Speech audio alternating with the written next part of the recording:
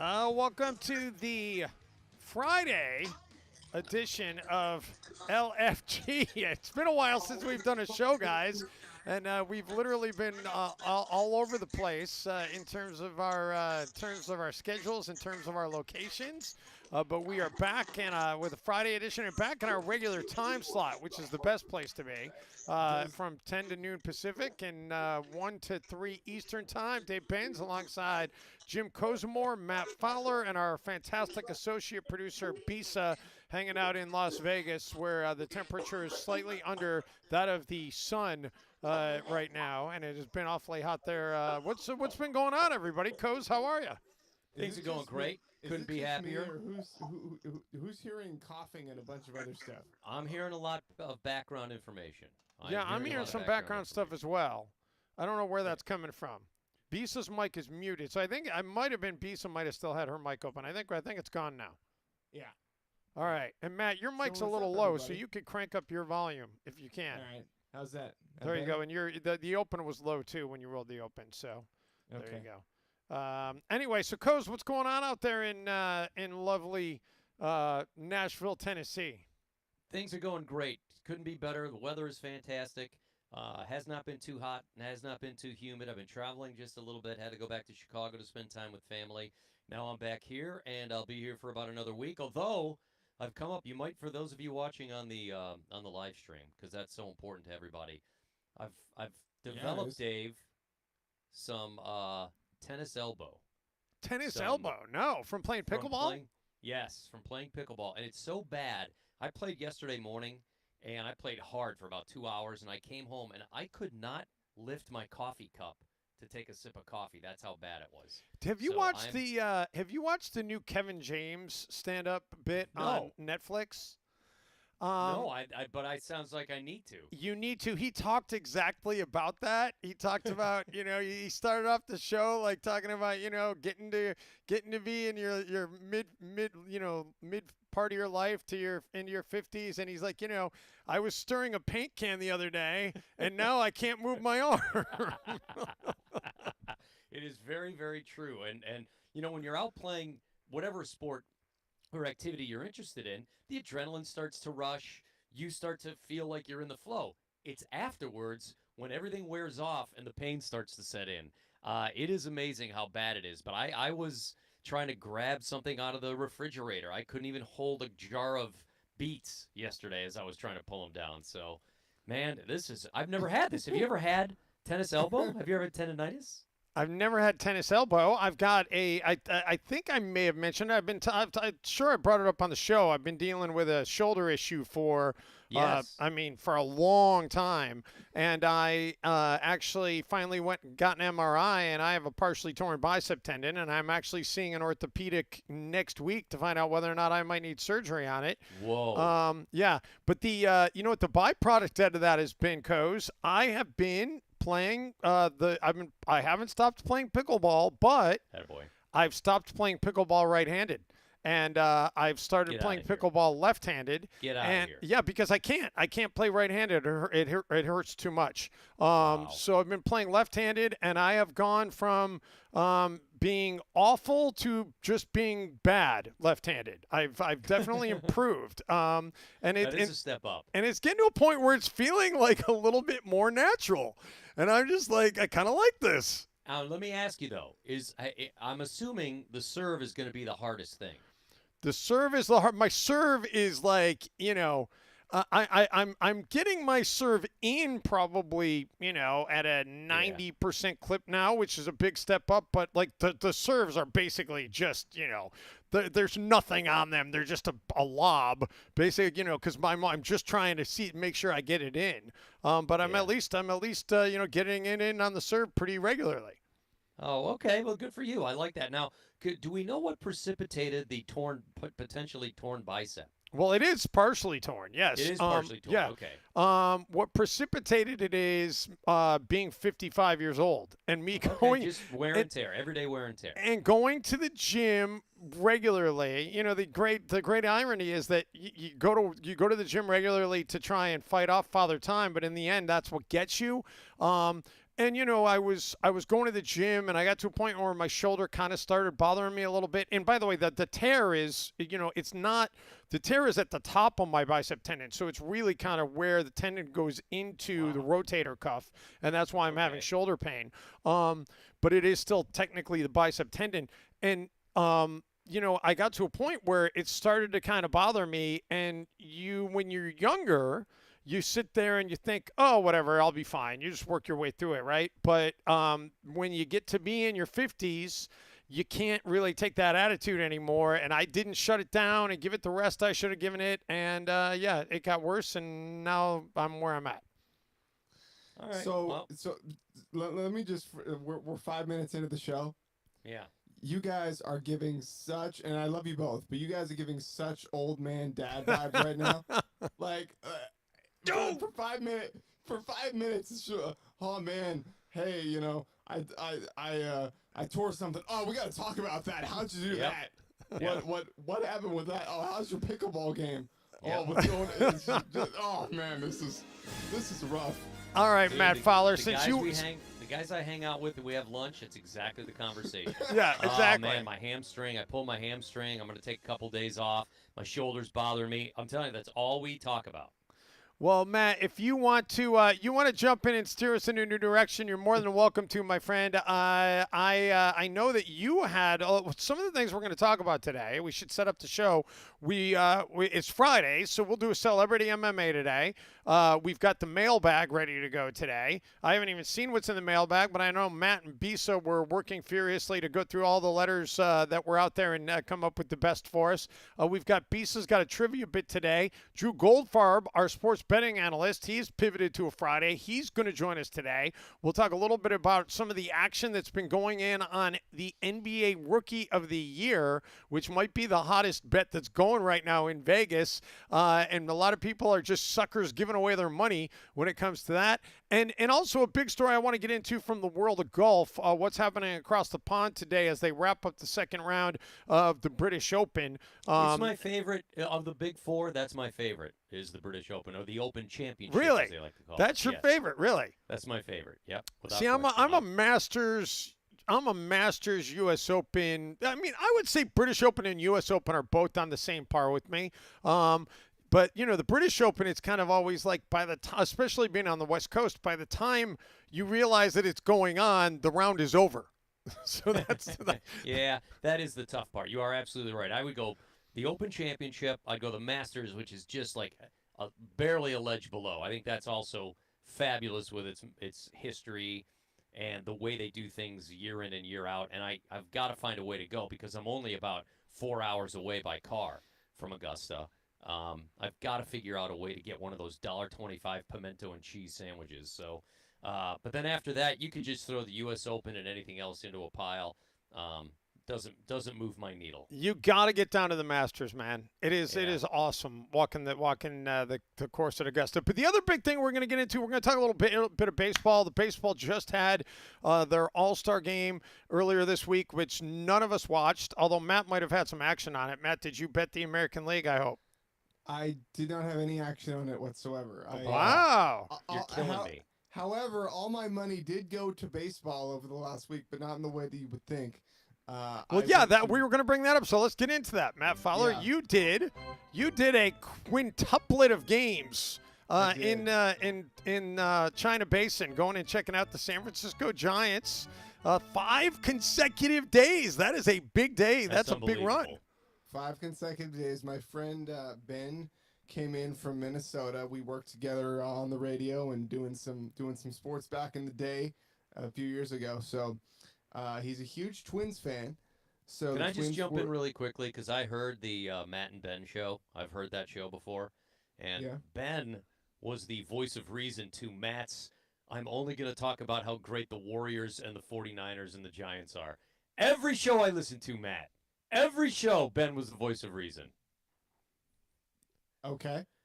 Every show turned into, but the Warriors. They could have been talking about the Vikings, and he would have said, but the Warriors. Go ahead, Matt. Yeah, no, that's true. Okay, It's funny because it's true. For a second, okay, now I get what you're referring to. Yeah, okay, I've sent you some of those clips. Yeah, no, but it was topical. Longtime fan of the Ben and Matt show. It was topical for what we were talking about at the time, though. Me bringing the Warriors up was not necessarily completely out of left field, pun intended. But yes, so Ben is a big Twins fan.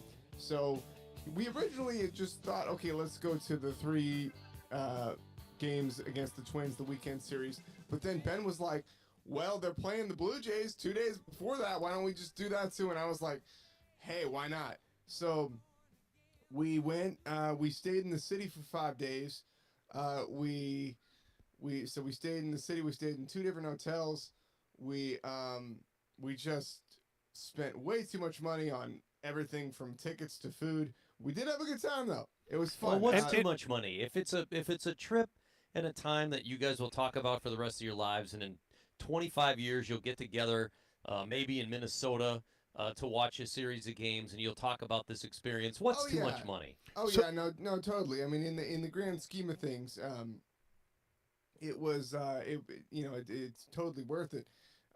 Just for the immediate, it's like, well, you don't want to take a look back at the bank statement. You just want to keep going. Wasn't one of those games, at least one of those games, a walk-off? Did you? Yes, it was.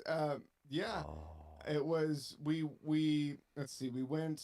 It was Sunday. It was the last one, and I don't remember the Twins outfielder, but it was. And I also don't remember who actually got the walk-off hit. But there was a triple in the 9th inning. I feel like it was Mike Yastrzemski, and why I know this, I don't know.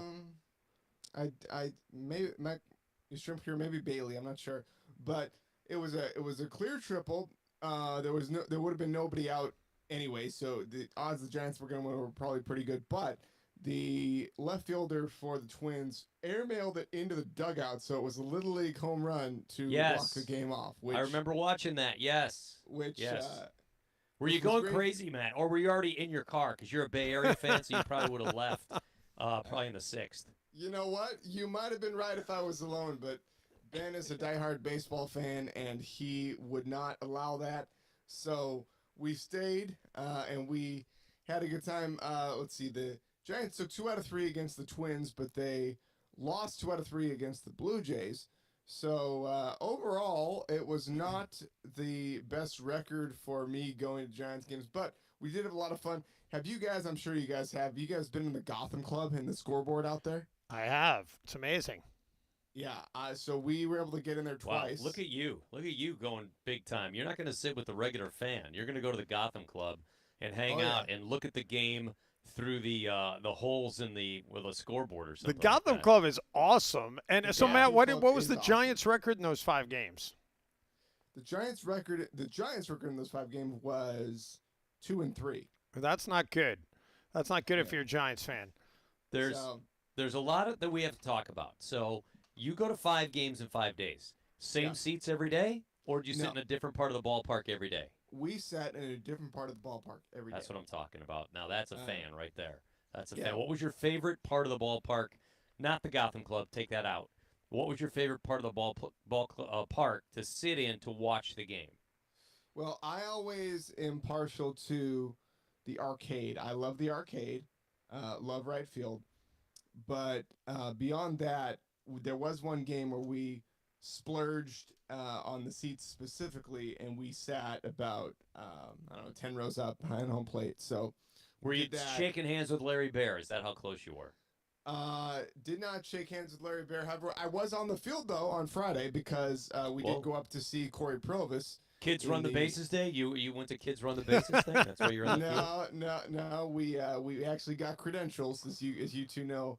A lot about. We got credentials. One of the great scams of all time. Yeah. Although here's what, and I mean, I didn't say anything, but because I was just happy that we were able to pull it off. But it kind of sucked that for that game we had to get tickets. I mean, we got credentials to go up into the booth, but we couldn't sit in the press box. We walked in. Wait a minute, but you got in, right? Yeah. So why did you buy tickets? Exactly. Well, no, because the credential specifically said, it was just a credential for whatever we were doing. Right, I understand, but once you were in, why didn't you just go grab a seat in the stands? Go walk around, and sit down why would you buy a ticket?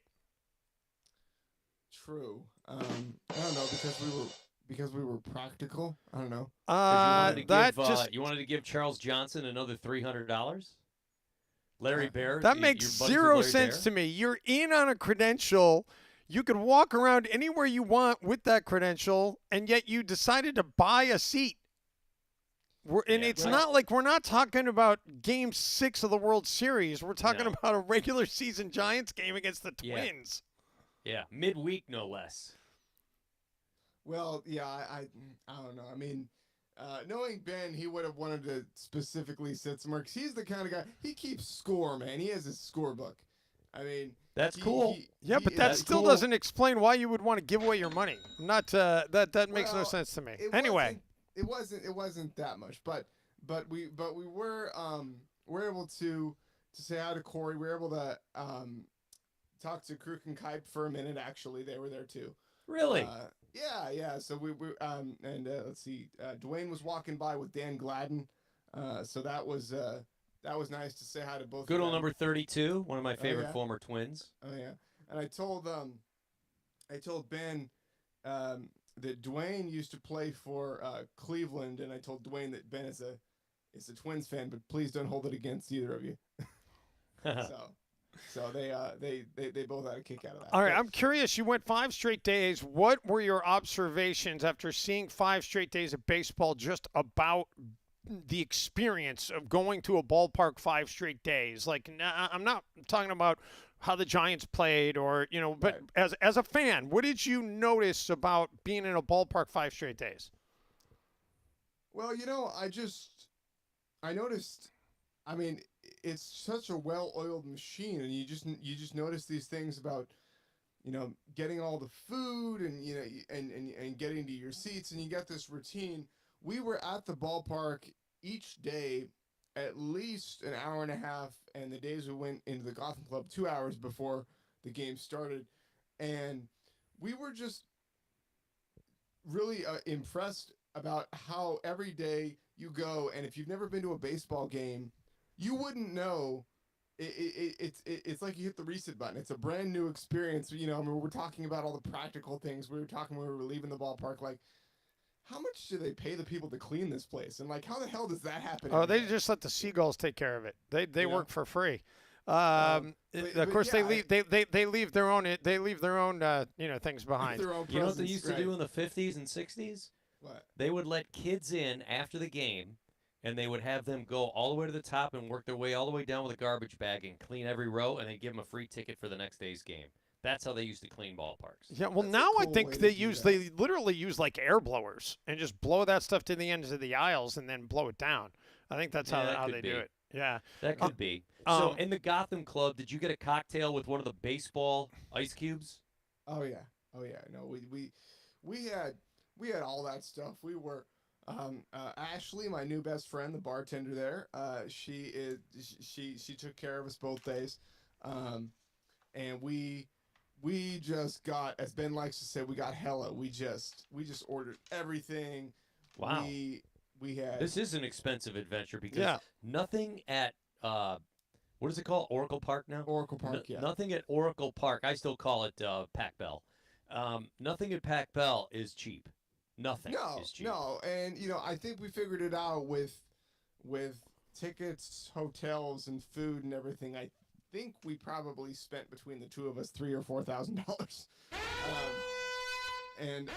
Which, $3,000 or which hurt- $4,000. Wow. Yeah, You're Well- talking collectively, not individually. yeah, no. But yeah, that's collect- still- I that's bought a a new big pickleball nut. paddle yesterday, but I used a gift card and two $10 discounts on top of it because I was afraid to spend $200. Well, Yeah. okay, so just I mean, I'm not gonna break it all down, but just for perspective, 5 tickets, or 10 tickets to 5 games, and then the hotels. That by itself was 2 G's. Did By you itself. wait a minute? Let's just start with tickets. How much are tickets to a baseball game? Well, like I said, we sat in different places Right. each time, but Right. the only time that each ticket was over $100 was the time that we sat in the field club. Other than that, it was all under $100. So we Okay. had good deals on tickets. So wait, Yeah. is the That's field that's club good. Now, just the by free comparison, drinks? I went to a AAA game last Wednesday, 4 tickets for $44. Plus, I got 4 hot dogs and 4 sodas. All right. Well, you know what? Just stop bragging. I'm just giving it. No, I'm just letting people know the difference. Like a AAA game compared to a Major League game in San Francisco, of all places. I mean, that's crazy expensive. Yeah. Go for Yeah, it. yeah. Well, I mean, so, but with even if you have the ballpark app and everything, there's still ticket fees. So with all the ticket fees and everything for Ticket 10 fees. tickets for 2 Wait, games. did you buy the tickets at the stadium or did you buy them beforehand? No, we bought them beforehand. We bought them about 2 weeks before. Ticket fees. Yeah. Ticket fees. Yeah, If only there was a site that Dave, put all your the thoughts things on out ticket there. fees? Exactly. Which, by the way, guys, you could, Coz, you've asked me this Yes. before. Not really Yes. quite ready to say that it's really ready. But if you go to Tickscape.com, you should be able to find tickets for pretty much anything you want right now. Really? We've so I got. could look up Creed tickets. You could look up Creed tickets. Creed coming to Nashville tickets. You could potentially find Creed. The inventory That and is the retailers oddly have grown. specific. It is really starting to come together. It's taken a long time. Not quite ready to be like, hey, marketing it yet, but it is starting to come together if you go to Tickscape. So yeah, it's been a process though, man. It's been a process. But yeah, the ticket thing is that's real. Well, it's been going since at least January 8th when we started doing this show. Yeah, well, yeah, Yeah. it's been longer than that for me. Coming up Yeah. on the 1 year anniversary of coming up with the idea for the concept. But Well- anyway, so Matt, you had a good time, so that's good, man. That's good that you got out there. It's good that you got to take in 5 games of baseball, and it's yeah. Yeah, and I will probably never do that again. I'm probably gonna go back out to Minneapolis next year when the Giants come and play the Twins in Minneapolis for 3 games. But yeah, I'm never gonna do 5 straight games again. That's insane. Yeah, well, Imagine now. That's a great point. Going to 5 games as a fan, and you made the choice to do that. Now, what if you're a baseball broadcaster and you have 162 of those bad boys to go to? yeah, but Well, you're getting that's paid different for it. because you're getting paid for it. You're getting Still, paid. every day, man. You- Every we- day is a slog. You're getting paid very well, and you stay. What's in very well? well? Like, Krug and Kuiper different. What do you think very well is? Well, it's I don't know, it's 6 figures somewhere, and depending on I get it if you have 3 kids and a wife and everything, it doesn't go as far. But I'm just looking at just if I was just a single dude, and I was a baseball broadcaster, you're making somewhere in the 6 figures. I understand Krug and Kuiper different, but I don't know. Let's say Dodgers or Yankees or Arizona Diamondbacks. Those are big markets. So I think that being a baseball broadcaster, that's completely different, and you get to stay, in the best hotels and all that stuff. Well, So but, that's different. but the bottom line is that it's still a grind, and Yeah, there's I don't think absolutely, it's a anybody's grind. arguing. Even on the low end, if you're doing baseball on TV, you're probably doing okay. Right. I'm gonna guess that on the low end, if you're doing baseball on TV, you're probably taking in. You're probably 200. well. I know I was gonna say you're probably taking in like 2,500 a game. Probably is probably what you're taking in if you're doing it on TV. Even if it's 2,000, But just call it 2,000 just to, for argument's sake. And if you do 150 games a year, you're at 300 grand. Right, exactly. Yeah, you're Doesn't suck. you're getting like 2,500 a game if you're if minimum, I think, if you're doing it on TV. But if you're doing it on radio, yeah, it's a lot less. It's a lot less. So Now, Dave, break this down for us. Just as a general, in general, when because you both have been in the NBA, so you have experience with this. When they break down how much they pay you guys, do they literally do it per game? I mean, obviously it works. well, it out depends. Some people get paid per game, and some people are getting paid. Some people are getting paid by the team. Everybody's got a different deal. That's why it's different for everybody. Yeah, because the per game thing is wild to me. Like I always thought that it was just a contract, and that it was, it was a set salary, and I guess you could break that down per game. But Dave, what are you smiling at? What are you so enamored with over there? Oop, wait, did we lose? I hear you. I'm back. My mic kind of cut out. Yeah. So, yeah, I'm getting sorry, guys. I'm getting distracted. I'm getting asked about the A's game tonight. The A's are playing the Angels, and now I found out that Dave Stewart is my co-host tonight for the. Dave Stewart is my Stu's co-host. my guy. Yeah, but Stu's my he's going to be guy. at the ballpark, and I'm going to be in the stadium. I mean, he's going to be in the ballpark, and I'm going to be in the studio, which is not going You're to be very kidding. fun. Yeah. So. Still tell him Coase said hi. And because I gotta talk to him, I gotta find out what's going on. He's in charge of bringing baseball to Nashville, so I want to find out. I need an update. I need to find out. All right, I'll find out from Dave Stewart. I'll find that out. Do that. By the way, I'm going to roll this right now, guys, because we need to talk about this. Let's all rise momentarily for our national anthem. We need to talk about this. Is it Creed? No, it's not Creed. Can you guys hear this? Is it going over? This is Ingrid Andress. Now to perform the national anthem. Oh my God! Please welcome four-time Okay, take a listen to this. Grammy-nominated country singer-songwriter Ingrid Andress.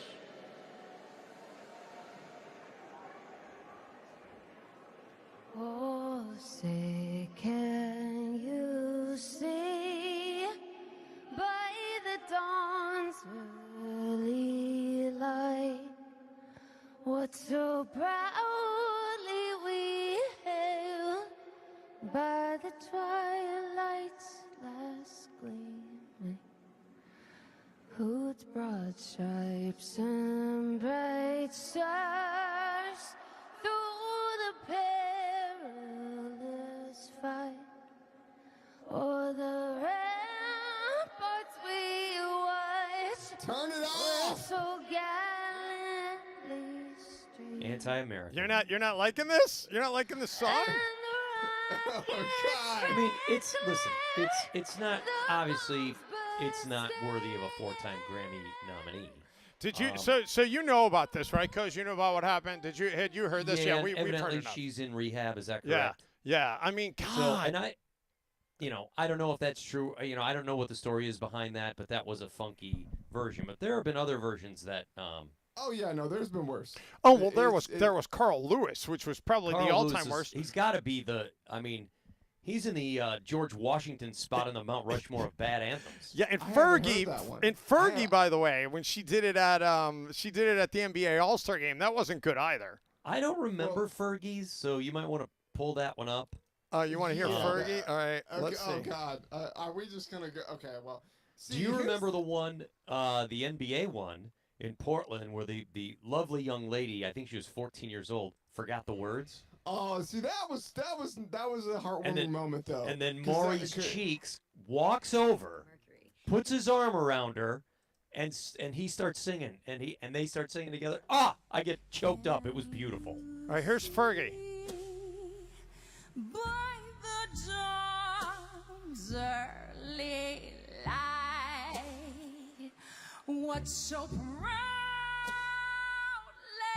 we hailed at the twilight's last gleam. Kind of loungy version. Yeah, it is. It's totally a loungy version, right? Yeah. I mean, it's not so much that she can't sing, but she's just like. But it's so funny. You're like, I'm looking at the video. You guys aren't looking at it. It's like, everybody's sitting here like rolling their eyes, like, what is she doing? Yeah, but and she was trying to make the moment. She wasn't drunk, or maybe she was, but it didn't come out that she was. So I'm gonna give her the benefit of the doubt and say that she wasn't. She was just trying to make it her own thing. If I was at Ronnie Scott's Jazz Club in London, and for some reason they were playing the American National Anthem, this would be great. This would bring down the house. But the NBA All-Star Game, not really. It does Well, have a very jazzy feel, though. I'm going to stick up for her on this, for Fergie, and I don't know much of Fergie's background, other than that she used to do heroin, I believe, is part of her background, right? Wait. Yeah. Didn't she admit to being a heroin? What? I don't know anything about this. You're breaking news to me. You said that so casually. Look it up. I did not expect that to go look where at- it look just at- went. I'm just telling you, look up Fergie. I think she was a mom doing heroin or something. Anyway, allegedly. And maybe I got the story wrong. If I do, I apologize because I'm not trying to degrade her. Because I don't mind that version that some people seem to rip. But if you go back to 1968 and Jose Feliciano with a very interpretive acoustic guitar version of the anthem with a different melody to it, that was either praised or ripped. And so it's interesting. Is it okay for Jose Feliciano to put a different spin on it and Fergie not to put a different I spin? didn't. I gotta be honest with you. I didn't mind that one as much listening to it now as I did in Right. 2018 when she sang it. When she sang it in 2018, I was like, "What is she doing?" But I listening to it now, it's kind of like, you know what? Yeah. I'm okay with it. Well, so there- let me Go ahead. So let me ask you this, because my opinion on the singer at the All-Star game this past week was, when that came out, I'm thinking, what? Can't you just take a page out of the president's playbook and just say that you had a cold? I mean, you don't have to say that you're gonna go to rehab. I mean, Well, you whatever you got to do to get yourself out of that jam. Well, right, no, but I mean, sure, go to rehab, absolutely. Get yourself the help. But for your brand and for your career, couldn't you easily just say, "I had a cold, I had a bad night, it was, inner ear infection, whatever," and then deal with it by yourself? Maybe you got to come up with an excuse, I guess, somehow in some way. Which is a shame that was part of the baseball All-Star festivities. Is that right? Is that what it was? Yeah, that was the home home run run derby derby. thing. Home run derby. Yeah, I will say bad, yeah, this. home run derby. I used to be so excited about the All-Star game. I used to wait to see the great matchups between a great American League pitcher and a National League hitter, or vice versa. Or I couldn't wait to see my team's All-Star or All-Stars in the game doing something. And now I can't name 5 guys on either team. I don't know what the difference is, but there's for some that. reason, I'm not as interested. Yeah, Coz, there's that, and the other thing is, I don't have a problem with it. I think it actually is a time that has come, but the All-Star game was extra cool when we were kids because the only time that there were only 3 times when we were kids that you would see the American League teams play the National League teams. Yeah. Spring training, which wasn't on TV and nobody cared because it was spring training. And still nobody cares. The World Series and the All-Star game. Those were the only times that you got to see, Pete Rose when he's with the Reds square up against Nolan Ryan wearing an Angels uniform. You didn't get to see that any other time unless it was the World Series. So it was extra cool because of that. It was like, oh my God. And the baseball All-Star game is the only one out of all the All-Star games that is the closest representation to an actual real game. Like, guys can play 100% all out in the baseball All-Star game with the same effort that they play in a regular season game. You're not getting that in the NBA. You're not getting that. I'm sure, because you're a big hockey guy, but I'm sure you're not getting that same level in the NHL All-Star game. And you're not getting, now they're not even wearing pads in the Pro Bowl. So baseball's the only one where they're actually playing at their full high level. And up until a few years ago, it determined who was going to have home field advantage in the World Series. Well, that was kind of dumb. Oh, wait a minute. We've got a controversy brewing here. Why did you like that, Matt? Because for the reasons that Dave was just elocuting. Elocuting? Is that? I know, look at that. Wow. Did you? Is Someone's that the got word his of the day in the calendar thesaurus or what? Well, hey, some people are good with words, some aren't. Who knows? Well, word of the day calendar. I used to work with a guy who used to be Elocuting. How are you spelling that? I need to look this up. Is that actually a word? Elocuting. ELOCUTE.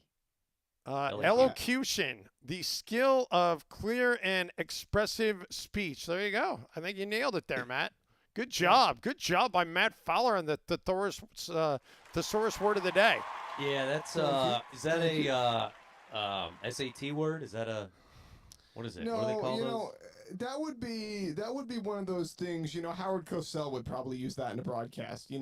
It's one of those words that you don't have to use, but it just makes you sound smarter. There you go. Like apoplectic. Anyway, Matt, I cut you off. Absolutely. I cut you off, Matt. Finish your point, please.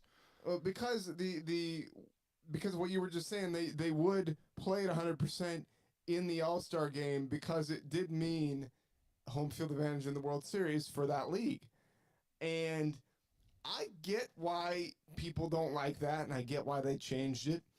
But you know what? It made the All-Star game matter for the regular season. And I like that because for all the other sports, it doesn't. And for all the pomp and circumstance of all the stuff that goes on during All-Star weekend for all the sports, it doesn't mean anything for the regular season, and I would like it to mean something. What would you rather watch, the home run derby or the slam dunk contest? Ooh, you know what? Probably the home run derby at this point. I agree. What would you rather watch, the home run derby or the three-point contest? Ooh, okay. Because I think the three-point contest has surpassed the dunk contest. Yeah, I would go with the 3-point contest on that. I would still go home run derby, I think. I think baseball's got the best. You know, I like the skills challenge in the NHL. Not everyone can identify with it. I love they have a shots competition where they have 5 targets and, you see if you can do it in 5 shots. I love that. It just doesn't have the same wow factor that a 400-foot bomb does. Yeah. I would say. Want to see, you know what I want to see is I want to see a skills competition with baseball where they track how fast you can get from home plate to home plate. I agree, but players don't want to do it because they're going to pull a hamstring, which is sad because the NHL has the fastest skater contest. The Australian rules football has the fastest player. The sprint is at the actual grand final, their Super Bowl. They bring in all the players, the fastest guys from every team in the league. They line up on one end of the field, they run to the other end of the field, and the winner is crowned the fastest player in Aussie rules football. Listen, there are some interesting things that they could bring in. I think they should bring in I talked about this last summer when I was doing KNBR, Coz. How would you feel about this? I think they should bring in a dunk tank and have a pitching challenge and literally the target is actually like the size of a baseball. And a pitcher's got to hit that target and see how many pitchers can dunk somebody. That would be awesome. You know what? That's actually a really good idea. I think that would be pretty unique. Like, maybe you have a teammate in the dunk tank and see if you can knock your teammate in. Well, or better yet, you get a Red Sox and a Yankee or a Dodger and a Giant, There you go. That's a great idea. And maybe what you do is this was the idea I came up with John London. We were freelancing when I was sitting in last summer around All-Star game time.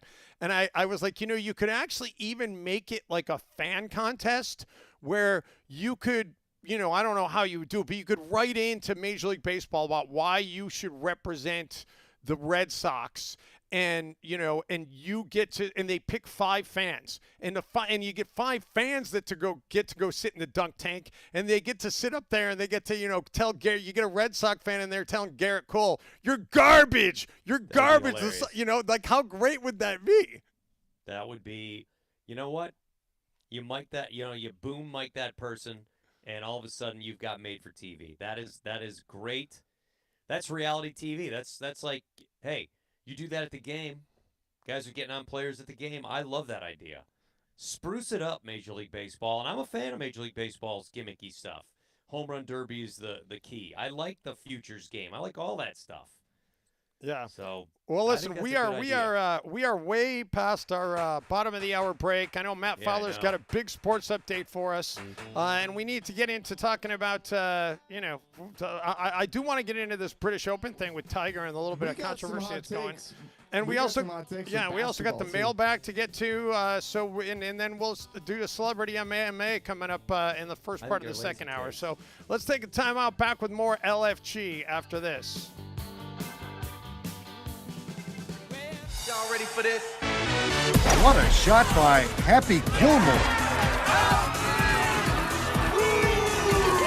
Happy Gilmore! Drive it 400 yards! He's a publicist's dream. Happy Gilmore. He's been the talk of the course today with his huge drives and his amazing... Hey, my girlfriend's dead, you know. Don't worry, I won't tell anyone. I've heard you've done some really interesting things here. Hey, who's that? Shooter McGavin. You killed a golf legend. You may be right, but our ratings are up and we're attracting new youthful sponsors. I'm sorry, Shooter. There's nothing I can do. Guess I'll have to take care of this myself. He's just threatened by you. Congratulations, murderer. You know, I know what you're doing right now, and I don't like it. Let's do it. Like, Okay, we'll go on a date. You gotta give me a big, fat kiss. You gotta pretend that you like it, too. How's that nice girlfriend of yours? Oh, she's dead. you killed Bob Barker. I know that, and I'm sorry. Kick him off the tour. That might be extreme considering the fact that our ratings were the highest that we've ever had. I was on this tour for one reason, money. But now I got a new reason. You're in big trouble, though, pal. I eat pieces of shit like you for breakfast. Listen, this call's about business. Anybody I get close to dies. If I were you, I'd run. Answer me! You got that, baby? It ain't more where that came from, yeah! Shoot on that baby! Oh my God! Somebody closer! Get me out of here! You're gonna die, clown! Stay still! Happy Gilmore, anything! Oh my God, power failure. It's getting very scary in here.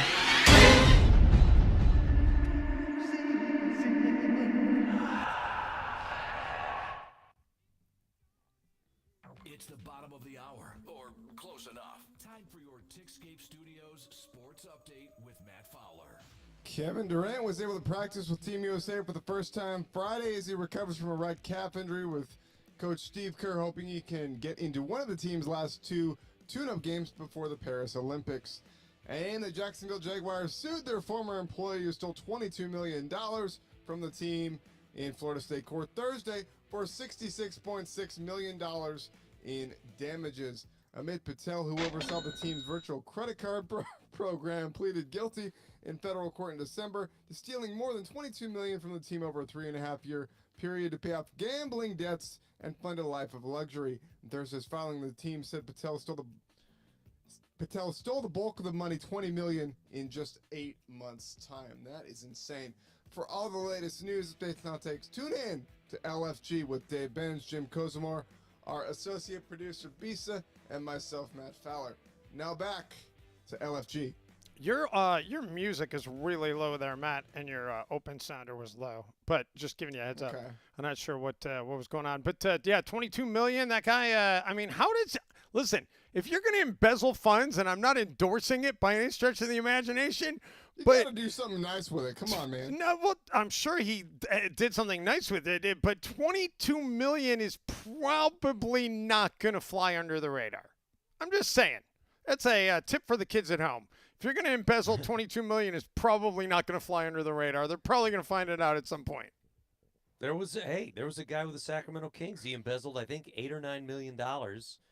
He bought some homes in Southern California, and it was found by a former coworker of mine who accidentally stumbled. Like, they were changing out computers, and they were just, getting rid of the old ones, and someone saw this weird file up on the screen, and they just clicked on it, and all of a sudden they saw all these illegal transactions that were made, and the guy stole $8 million. He's in prison right now, but Jim, I read that article. I've read that article multiple times. Oh Yeah. man, I want this tea, dude, because I thought that maybe you might know some people that. Yeah. I know some Man. people who used to vacation with that guy and his family. He was married with children. Down at his At house. one of the houses, the luxury houses that they built with the embezzled money. Oh, that's great. That is It great. was unbelievable. And that guy who was embezzling was specifically brought over from the NBA office to help run the business operations of the Kings, and So he David was Stern in the is the guy who office. put him there. Well, you know what he Okay, was did? that? Go ahead, Matt. Go ahead. So he was an NBA employee before he was a Kings employee. Yes. Yes. Wow. And Okay. David Stern put him in Sacramento when they were such an S show that they had one guy was the president. This guy was like the right-hand man of the president. Then they brought in a third guy. All three of those guys are out now, but the one guy's in prison for the embezzlement of $8 or $9 million. And he came in and he said, the Kings are such a S show that they're never going to notice me taking this millions. Anyway, yeah. By the way, because I do want to get into real quick, you brought up a great thing on our call this morning, and we were just talking about the anthem last segment, and I was in London last week visiting Emily, and we went to amongst the many things we did while I was in London, I happened to be in London when England was playing Spain in the Euro Cup final.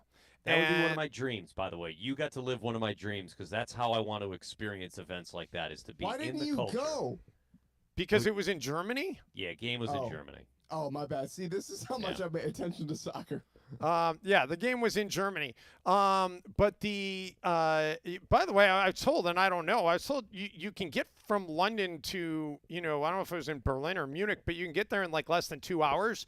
And there were a number of earlier that day was the Wimbledon final, the men's final. And there were a number of celebrities at the Wimbledon's men's final, and I'm wondering, like, did somebody like Tom Cruise pull the daily double? Did they get their private jet and go straight from Wimbledon to the Euro Cup final? I would think that there's got to have been somebody. I don't think the Prince was one of them, Prince. Not Harry, the good Prince William. Prince William was at the good Prince. Euro game. What? The good Prince. The good Prince. Yeah. So, yeah, I'm sure somebody with enough coin probably pulled that off. But it was so cool being in an English pub, watching the Euro Cup championship. And, unfortunately, England had the one big moment where they got the goal to come back and tie the game. And how crazy was it at that point? Everybody, they're down 1-0, 1-0. Just to set it up for people, England has not won a major trophy since 1966. So when they won World Cup on their home soil, beating the Germans, I might add. Okay, that's how big it was. But it's been since 1966. Hadn't won a trophy. They get to the final. There's a lot of controversy on the club. Wait, didn't they win? Didn't they win under Beckham? What was the atmosphere like? Wait! Didn't Beckham win? Didn't they win something under Beckham? Nope. No. Not an international trophy. They didn't. Wow. Okay, I thought that they had won something under Beckham. No. So it was. Listen, everybody Beckham actually missed a big. They went to penalty kicks, and he missed a big penalty kick one of his years, and they lost. Yeah, but then I thought that he redeemed himself the next time around. Well, I'll have to look that up, but. If you haven't seen the Beckham on Netflix, you need to watch that, by the way. You explain it, I'm going to look it up. So anyway, listen, everybody walks around, and I love my folks in Minneapolis and in the state of Minnesota, but everybody, as it pertains to English soccer or English football, everybody walks around like a Minnesota sports fan. Like they are just waiting for the other shoe to drop. when are things going to go wrong? And it's like, so they're so... I was waiting for that connection there. I was waiting for you to draw Yeah, the connection. it's so everybody, so Coz, the place, obviously, they were dejected when they fell behind early in the second half. They went nuts when they got the equalizing goal. And then obviously, like the goal that put Spain ahead, it just everybody was obviously he was offsides, and it was and it was a little bit. It was in the 90th minute. It was like death.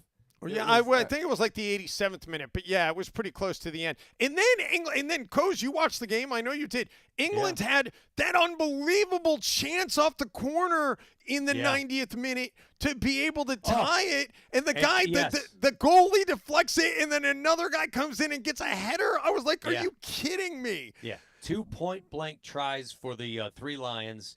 And the second one, even more miraculous than the first save, but it was headed away by a defender from Spain on what appeared to be, when it left the head of the English player, you thought you were tied, and in a split second it was rejected by a header from the defensive player. It really was a breathtaking. I know we use that phrase. It was a breathtaking, like, huh, I can't believe that just happened type of a moment. But it was, that's, and a lot of people say that's a lot like soccer. You're sitting there for 90 minutes, and then all of a sudden, it's like lightning strikes, boom, boom, really quick.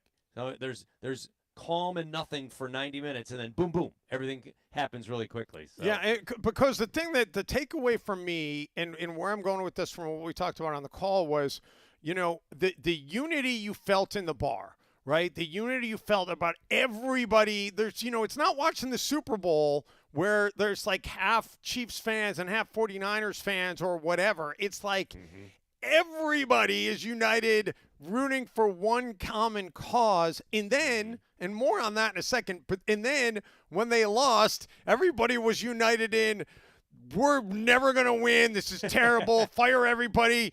Some guy, we were walking, some guy takes off his jersey and he's walking bare-chested and he's like, I'm just going to throw this on the street, this piece of garbage. Oh. Like, and I'm sitting there thinking like, man, you guys got to the championship and your team gave you every minute of, excitement and drama that you could possibly want. And I know you wanted that title, but you didn't, and I get the frustration, but it's like, man, you guys had a hell of a run, and it was right there to the very end. Yep. In fairness, in fairness to the guy that was going to take off his shirt and throw it in the street, he might have bet the rent money on England. Just throwing that out there. Yeah, could have been punting. Isn't that what it's called over there? Punting? Is that what gambling is called? Yeah, I don't know. I did put 50 pounds on England to win. It would have paid. It was 12-5, so it would have paid 120 pounds. And I was very. So my streak of winning at the UK sport books has come to an end. But I was so it was definitely right there for the taking all the way to the very end. Because your point is, we don't have an equivalent for that here in the United States. Like, there is no other countries do. I mean, Canada has hockey when they're in the Olympics or when they're in the World Cup of Hockey or whatever that is. The nation of Canada shuts down. The most watched event, I believe, in Canadian history was the 2010 Vancouver Winter Olympic Games, the gold medal game between Canada and the U.S., where 66% of the it's either 66% of the televisions that were in use at the time were onto that game, or 66% of citizens were watching the game. It's one of those amazing statistics. But you're right. Other countries have that unifying sport that they all come together for. So we're missing out because we're missing. And the only thing I think that is even ever come close, ironically, and it's not, I think it's more popular than it's ever been here in the United States, but those couple of times that the United States soccer team has done well and, made it to medal play, I do feel like, bars have had parties and, like come watch it, 10 a.m. or whatever. Yeah. But it's just not the same. And we don't have that here. And I don't know what that would ever look like for us to have an equivalent, which is kind of disappointing. I feel like we're missing out. Yeah, I agree with you. I mean, you could argue the other way and say it's because we're more well-rounded as people, but I don't think that's the answer. I think that's not the answer. That is a crap answer. I agree with you. There is no unifying event. Now, are there times during an Olympic Games where we might ramp up for one particular thing? There might be one athlete we always root for when they're on their run. Michael Phelps in 2008 was must-watch TV, but people weren't having viewing parties for it. No. Well, and the Olympics, in my opinion, and I don't want to sound blasphemous because you two are both very accomplished Olympic broadcasters, but I mean, the joke. I was watching Tosh.0 the other day, old Tosh.0, and he had a joke, and it rings true for a lot of people. Is just why is everybody getting so rah up in arms about sports that largely people don't really care too much about? And that it's kind of the same that we don't care about soccer in the United States. We don't. We don't. The overrate. You know what? That's a blasphemous comment to the ones who are diehard soccer fans. But I think if you look at the stadiums, By and large, we don't. yeah, though. yeah. But I don't disagree with you. That's one of those sports, and I was involved in soccer for 3 years when I did MLS games, and you get to know some people involved with it. And there are some fans. I worked with a guy who I said, why don't we teach more of the game? He goes, if people don't know the game, screw them. They should know the game. And there's an elitism amongst soccer people in America that they're onto something you're not. They're clearly smarter than you because they understand the global importance of soccer. And F you if you don't understand that. So there's an elitism with even the stuff that we want to get involved in. It's not like they're reaching out and saying, yeah, get involved with my game. So I think that the sport can blame itself. Yeah, and then those people that are elitists, right, then they get mad that people aren't paying attention to soccer. Well, I mean, I don't know how good of an analogy or comparison this is, Coz, but, I've been doing the U.S. Open pickleball stuff since 2016, and even this past year, I still, every broadcast, I don't go do it to the extent that I did in 2016 when we had graphics and everything to explain the sport, but I still take the time to be like, hey, if you just happen to be catching this on CBS Sports, you've never watched pickleball before, game is 2-11, you have to control the serve to be able to get a point, best 2 out of 3 to win the match, and, we might go a little deeper about the kitchen and whatever, but you still got to give the basics for somebody who's never seen it and to help them understand it. You know what?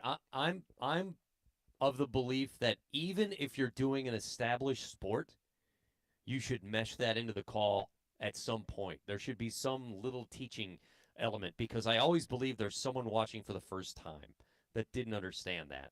Now, you don't have to be an elementary school teacher in the way you bring it up. But I think teaching is essential. And as people watch the Olympics as they begin a week from, is today Friday? Today is Friday. Today is Friday. TGIF. Yeah, exactly. When do you head to? It begins a week from tonight. When are you heading to Stanford for badminton? I head out on Wednesday. Nice. So I leave Wednesday for a 2-week stint, and looking forward to it. It should be fun. But I think that you'll find, especially in the less glamorous sports for Americans, your tables tennis, your badmintons, your team handballs, your events like that, you will hear more teaching throughout the calls of these games because you need to teach more. We only watch them every 4 years, quite frankly. Right. And so I like that element of a broadcast, and I like a little historical context also. So hopefully we'll see that throughout the broadcasts that go on. Well, I would love to see. Oh, sorry, Dave. Go ahead. No, I was just going to say I would love to see somehow the USA deliver a thing. Because I got one other soccer question for you, and I don't know the answer to this, but I think I might know the answer. In terms of the hierarchy with soccer, right? Where does winning the Olympics fall? Obviously, the World Cup is number one. Is winning the Olympics on par with or below winning Euro Cup? It's far below because far below because the system in the Olympics is they take the best players ages 23 and under and make up a team. So and it's then not you have the same 3 team. slots for veteran players to add to the young players. So you're not going to see Lionel Messi running around in an Olympic game. You're not going to see Ronaldo. You're not going to see Mbappe. You're not going to see the great players of today in the Olympics. Why? If we're sending Steph Curry and LeBron James for basketball, why can't Messi go represent Argentina in soccer? It's what it's what soccer chose as their rules for the Olympic sports. It used to be basketball only had college athletes until they changed that in, was it 88 when they changed it? 92. And then they screwed up. Thank 92. you, John Thompson, for screwing up. Oh, yeah. Well, yeah, when they lost in 88. Yeah, and then they came back in, with 92. Yeah, and wait. They lost with college guys, and that's the last time they used the college guys. That's it. They lost in 88. Yeah, David Robinson, I think, was the big Patrick Ewing, Mitch Richmond, they had a hell of a club. Was Ewing on that team? I think Ewing was pro by then. Ewing was Ewing was pro. You're probably right. You're probably right. Ewing came back. Ewing won a medal in '84, which that team was crazy. I actually watched Like they had on a YouTube channel, they had the NBA All-Stars against the 1984 Olympic team from a game in Indianapolis. Wow. And it was awesome watching Jordan. Larry Bird was going against him. It was Jordan was in college. It was great. That's cool. Yeah, and the NBA All-Stars got their butts waxed by that Really? 84 Olympic team in a Olympic warm-up. Anyway, all right, we're at the top of the hour. We're going to take a break because we got a jam-packed second hour to get to. We're going to have Drew Goldfarb. We think Drew's joining us, our sports betting analyst. When we come back, let's get into the mailbag, guys. And then if we have some more time, I do want to talk real quick about Tiger Woods and whether or not it's time for Tiger to hang it up, like Colin Montgomery says, as the Open Championship is continuing to go on over there in Europe. So we got much more to get to on the Friday edition of LFG. Stay with us here on the best radio show on the planet. Okay, I don't know about that. I love when people say that though. It's the best radio show on the planet that you're listening to right now. You gotta After have, this. You gotta have irrational confidence. This is the best radio show of all time in the history of all radio shows. Thank you, Mr. Trump. Here we go. Back with more after this. Woo, you sure gotta climb a lot of steps to get to this Capitol building here in Washington. Well, I wonder who that sad little scrap of paper is. I'm just a bill, yes, I'm only a bill, and I'm sitting here on Capitol Hill. Well, it's a long, long journey to the capital city. It's a long, long wait while I'm sitting in committee, but I know I'll be a law someday. At least I hope and pray that I will, but today I am still just a bill. Gee, Bill, you certainly have a lot of patience and courage. Well, I got this far. When I started, I wasn't even a bill. I was just an idea.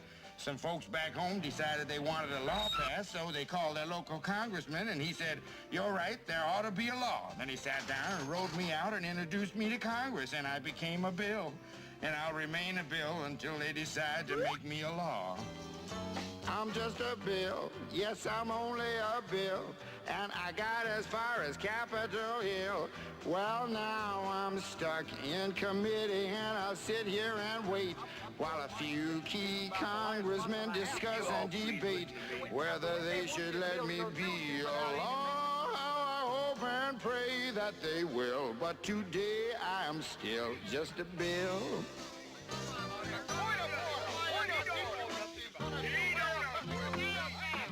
Listen to those congressmen arguing.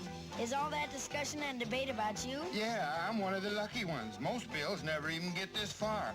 I hope they decide to report on me favorably, otherwise I may die. Die? Yeah, die in committee.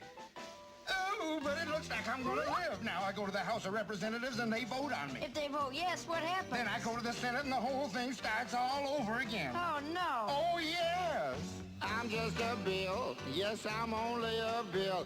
And if they vote for me on Capitol Hill, well, then I'm off to the White House where I'll wait in a line with a lot of other bills for the president to sign. And if he signs me, then I'll be a law. I hope and pray that he will. But today I am still just a bill. You mean even if the whole Congress says you should be a law, the president can still say no? Yes, that's called a veto. If the president vetoes me, I have to go back to Congress and they vote on me again, and by that time you're so By old. that time, it's very unlikely that you become a law. It's not easy to become a law, is it? No, but how I hope and pray that I will. But today I am still just a bill. He signed your bill. Now you're a law. Oh, yes. Are you ready? Let's do it. Live from the Tickscape Studios. Let's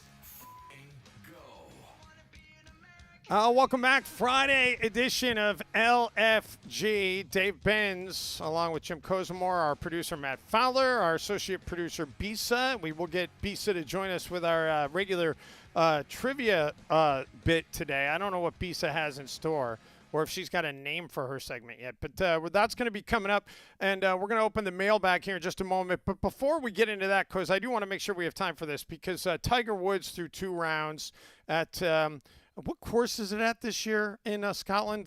They're in Scotland this year. And I don't know what course the Open Championship is being played at. Does anybody know that off the top of their head? I'm guessing no. No, our producer will look it up. Is though. it They'll Royal have to find out. Troon? Is that what it is? Royal Troon? Does that sound right? Sounds good. It sounds good. Anyway, so Tiger is he is 14 over through. Yes, it is Royal Troon, the 152nd Open Championship, and he is clearly not going to be making the cut. And so, Coz, the question that came up prior to the Open Championship this week is it time for Tiger? He's not playing a lot. He's only playing in the majors. He did make the cut at the Masters this year, but then following making the cut, he imploded, and he actually finished in last place amongst everybody that made the cut at the Masters. And then he did not make the cut at the PGA. He did not make the cut at the U.S. Open, and now he's not going to have made the cut at the British Open. And Colin Montgomery came out earlier this week, and he wasn't. Until you actually hear the comments, it's really tough to fully gauge them in context. But from what I read, I didn't get the impression that Colin Montgomery was out trying to pick a fight with Tiger Woods or trying to throw shade at Tiger Woods. But he was just basically, calling a spade. And he said, the bottom line is everybody wants to remember Tiger as Tiger. Tiger, who at his zenith was up there along with any other athlete at their zenith. Tiger Woods at the top of his game in his prime was, to his sport, as good as Ali was at the top of his game, as good as Jordan was at the top of his game. It was remarkable to watch. It was a generational thing, and it was, everybody loved it. And nobody wants to see this watered-down version of Tiger Woods out there struggling and shooting 14 over through 2 rounds and not even coming close to making the cut. And Montgomery said, Tiger should probably just walk away so we can all, remember Tiger as Tiger and not have this bad feeling about watching him struggle. And Tiger shot back and said, hey, you know what? Because I've won championships, I have exemptions until I'm 60. And Colin Montgomery never won a major, so he can't say that. And end of story. And Tiger's, he's right. He's earned the right to be able to play in the majors as long as he wants. But I get Monty's point. And is it time for Tiger to just say, you know what, I'm just going to play golf casually and have fun, and I've got nothing left to prove? Let me begin by saying I give Colin Montgomery all kinds of credit because so often we hear athletes, especially in the big 4 major sports, give you a canned answer response of nothing. Colin Montgomery actually thought this through, thought maybe in his mind he was doing Tiger a favor by saying, you know what, you were so great, let's remember you being great. So I give credit to a guy who made a statement that is golf-wise somewhat controversial. I don't need somebody telling me their political theory, but tell me your golf theory, and I'm pretty excited about that. So I was happy to hear that, and I give the guy credit for stepping up to the plate and saying something that I can have a debate about. And I really vacillate on this thing. Do you want to remember the great one who was, or do you want to see him still walk around the course even though he's a shell of the player that he used to be? And in that walking around as the shell of the player that he used to be, there's just a little tiny bit of us that hopes lightning strikes for a weekend. Doesn't it? I mean, we kind of know. We all think of Jack Nicklaus. We think of Jim Nantz with Jack Nicklaus coming on the air and saying, you're not going to believe what you're about to see. When, when Nicklaus had that unbelievable run at the Masters and caught, and was able to pull something out that had been bottled up. We all want that. We all want that. So do I risk all of the subpar Tiger efforts and for fear of forgetting how great he was? Because there are now starting to be people in the golf community who don't remember Tiger as a great player. They read about Tiger as a great player, but he's been away from greatness for so long. It's like young players today know, you know what? They know Michael Jordan has a cool sneaker. They don't know just how fabulous he was as a player, I believe. They think Kobe was the guy, and then LeBron was the guy. That's what the young player today believes. So that's my view of it. So I I vacillate on this one, man. I don't know. Matt, where do you stand on this bad boy? Well, and I'm not trying to be sarcastic here. I genuinely don't know what the proverbial sentiment was back in 2001, 2002, 2003, but were any NBA players coming out and saying, "Hey, Jordan, yeah, listen, nobody cares, man. We we all want to remember you as great with the Bulls, so you should retire." I don't think that was happening, or at least not to, this degree. When he came out, you mean when he went back and played for Washington, did any players say it? I know a lot of people had said that, pundits had said that, and he was not the same guy until didn't he drop 55 in a game? He did. I think he did, yeah. Well, but yeah, it's that. My feeling on it is, what's the guy's name who said this to Tiger? What's his Colin name? Montgomery. Colin You don't even know who Colin Montgomery is, do you? If he knocks on my door right now, I would say, "Hello, can I help you?" Monty. Colin Montgomery was the he was the definition for a long time of almost.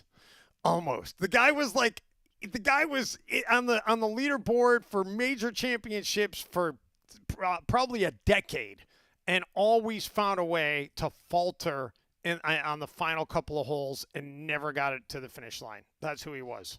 Yeah. So I mean, at the end of the day, what is he? The Chris Paul of golf. I mean, he he just needs to shut up.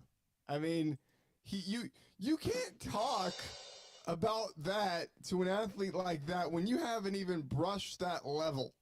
Okay. If LeBron James wants to talk crap to somebody about what they should or shouldn't do, and I don't think LeBron would do that, but if he did, okay, LeBron's got 4 championships, and LeBron can do that. Okay. But if I'll use the Warriors example, but I'll do it self-deprecatingly. If Brandon Pajemski wants to start shit talking, I don't know, somebody in the league, it's like, well, okay, well, what have you done? Exactly, right? Coes went to the Warriors. By the way, guys, we've got a caller that's waiting on the line that has some advice about her thoughts if Tiger Woods should stay playing some golf. Bitch, stay in this ballgame. I knew that. A classic. I knew that was coming, and it's still just as funny. An LFG classic. It never gets old. Yeah, but I just think this guy just needs to shut up, because if Tiger Woods wants to go out, listen, he's one of the greatest athletes in the world, in the history of golf, and probably the greatest athlete in the history of golf. And if he wants to have a few, shitty years, whatever, he's earned that. Why the coarse language, Matt? Why the coarse language? Yeah, I would love to. I would love to see Tiger just go on a run and win one more. And I think a lot of people would. I just don't know. He's not only at this point battling Father Time, he's battling. He was in a major accident, and it has affected his ability to be able to play the game and be able to finish rounds of golf. So. That's the problem that he's up against. He's not only against Father Time. Anyway, but hey, I will say, as somebody whose only time in his life getting to watch Michael Jordan play in person was while he was wearing a Washington Wizards uniform, I will say that A, that's a travesty, but B, I'm sure glad that I can say that I got to see Jordan play in person. And, maybe he was wearing a Wizards uniform, but at least I got to see him play in person. There. And that might be the same thing for young golfers out there, or for golfers who are my age, and maybe a little younger like Dave's age, or a little bit older, who remember him in his prime doing great things and taking a sport that was considered elitist and only a few people who went to country clubs could play it, and he opened the door for more people to think they can play the game, and more people did play the game. He's an incredible, I think he's an incredible face of the sport. Whether you think he's the greatest of all time is up to you. Boy, I don't mind seeing a guy less than his best come out and show, he just swing and hit the clubs and, do a fine job. Now, I'll use another example of an athlete who's a lot like Tiger, because Tiger's in the category of the greatest in his sport. And in hockey, the greatest in his sport is number 99, Wayne Gretzky. And I watched an interview with Wayne Gretzky in which he said, you know what? I realized at one point I was not going to play in any more celebrity games or old-timer games or those gatherings, the outdoor game when the old-time Edmonton Oilers are taking on the old-time Calgary Flames. He said, I'm not going to play in those anymore. And the interviewer said, well, why? He said, because, one, I knew I wasn't the player I used to be. Two, I think it means a lot for the fans who did see me play. They don't want to see me just creaking around on skates, getting up and down the ice because I can't do the same skills. He said, and three, he goes, I don't want to disappoint myself in all these efforts, knowing that I can't do what those things are that I used to do. He said, I just don't, I don't feel the need to do it anymore. Now, when I hear that, I understand his reasoning, but as a hockey fan, I still sure would like to see 99 skating around the ice, even if he's doing it slowly and just laughing and having fun doing it. 100%. And Jim, does this have anything to do with it? See, with Tiger, for us to see him have that big moment, right? He's got to win. He's got to win a tournament. It's got to be a whole thing, right? Yeah. For Jordan to have that vintage Jordan, he's just got to hit a game winner. Doesn't matter when, And it's a little bit tougher, I think. Yeah, it's tougher to do it over 4 days. You're right. I know what you're saying. It's not like Jordan had to go through an NBA Finals series and be the old Jordan. He hits a game winner, has the 155-point game, and you're like, oh, he's Jordan. Yeah. But, Tiger has to be Tiger for 4 days in a really, really rough thing. Everyone thinks golf is easy. Here's what I want you to do. Play golf 2 days in a row. First day, I want you to play it using a cart. The second day, I want you to play it by walking the 18 holes. Tell me how different it is. Update. I've got an update for you, Coz. I'm playing telephone here between you and the great Dave Stewart. And Dave Stewart says he's leaving Nashville right now. Oh, you're kidding me. Yeah. Oh, tell him the next time he comes to town, we got to get together. I hope his flight doesn't get canceled because, all those tech outages today. A lot of flights are grounded. You might be going solo. Yeah, or maybe that's why he's doing it remotely. Maybe he's doing it. Maybe he's not at the ballpark. Maybe he's doing it, but I don't know where he's doing it. That could be. They do have him set up in his home. He's leaving Nashville right now. Yeah, where's his home? He lives in Arizona. So interesting. Well, I'll find out because all this broke right before I went on the air. 1:20, and the flight to Arizona is about 3 hours. So that's 4:15. What is it? An hour? Is Arizona 1 or 2 hours difference? Arizona's the same during this time of same year right now. Yeah, same right now. Yeah. So all right. So it's 11:17 your time. Let's say he gets home in theory, if he's leaving right now, let's say he gets home in 6 hours. Let's just use that. He's home by 5:15. You guys go on the air at 6:15? Yeah. Okay. Or 6 o'clock? 6 o'clock. Yeah, that'll give him enough time. Anyway. As long as his flight takes off on time. Yeah, which is not a given today. All right, let's get into the mailbag. By the way, real quick, Dave, just to wrap up the Tiger thing, I was watching one of our favorite shows, South Park, this weekend earlier this week, and they have all those EA golf video games. So the kids were playing the EA golf video game with Tiger, and there was a level where you could play as Tiger's ex-wife and go beat him up with a golf club. What? Oh, that was in South Park? Okay. Yeah. All right. Good stuff. All right, Matt, you've got the first letter from the LFG mailbag. Okay, dear LFG, greetings from the Golden State. We've decided the Golden State. No. Or the Garden State. Matt, everything isn't Warriors, my friend. I know. It's a Freudian slip. Greetings from the Garden State. We've decided it's high time we upped our game, so we got our eyes on the Philadelphia 76ers. We figured if Philly can borrow our shore every summer, we can borrow their basketball team. Imagine the Jersey 76ers bringing the same spirit but with more diners and better bagels. Let's make it happen. Go Sixers.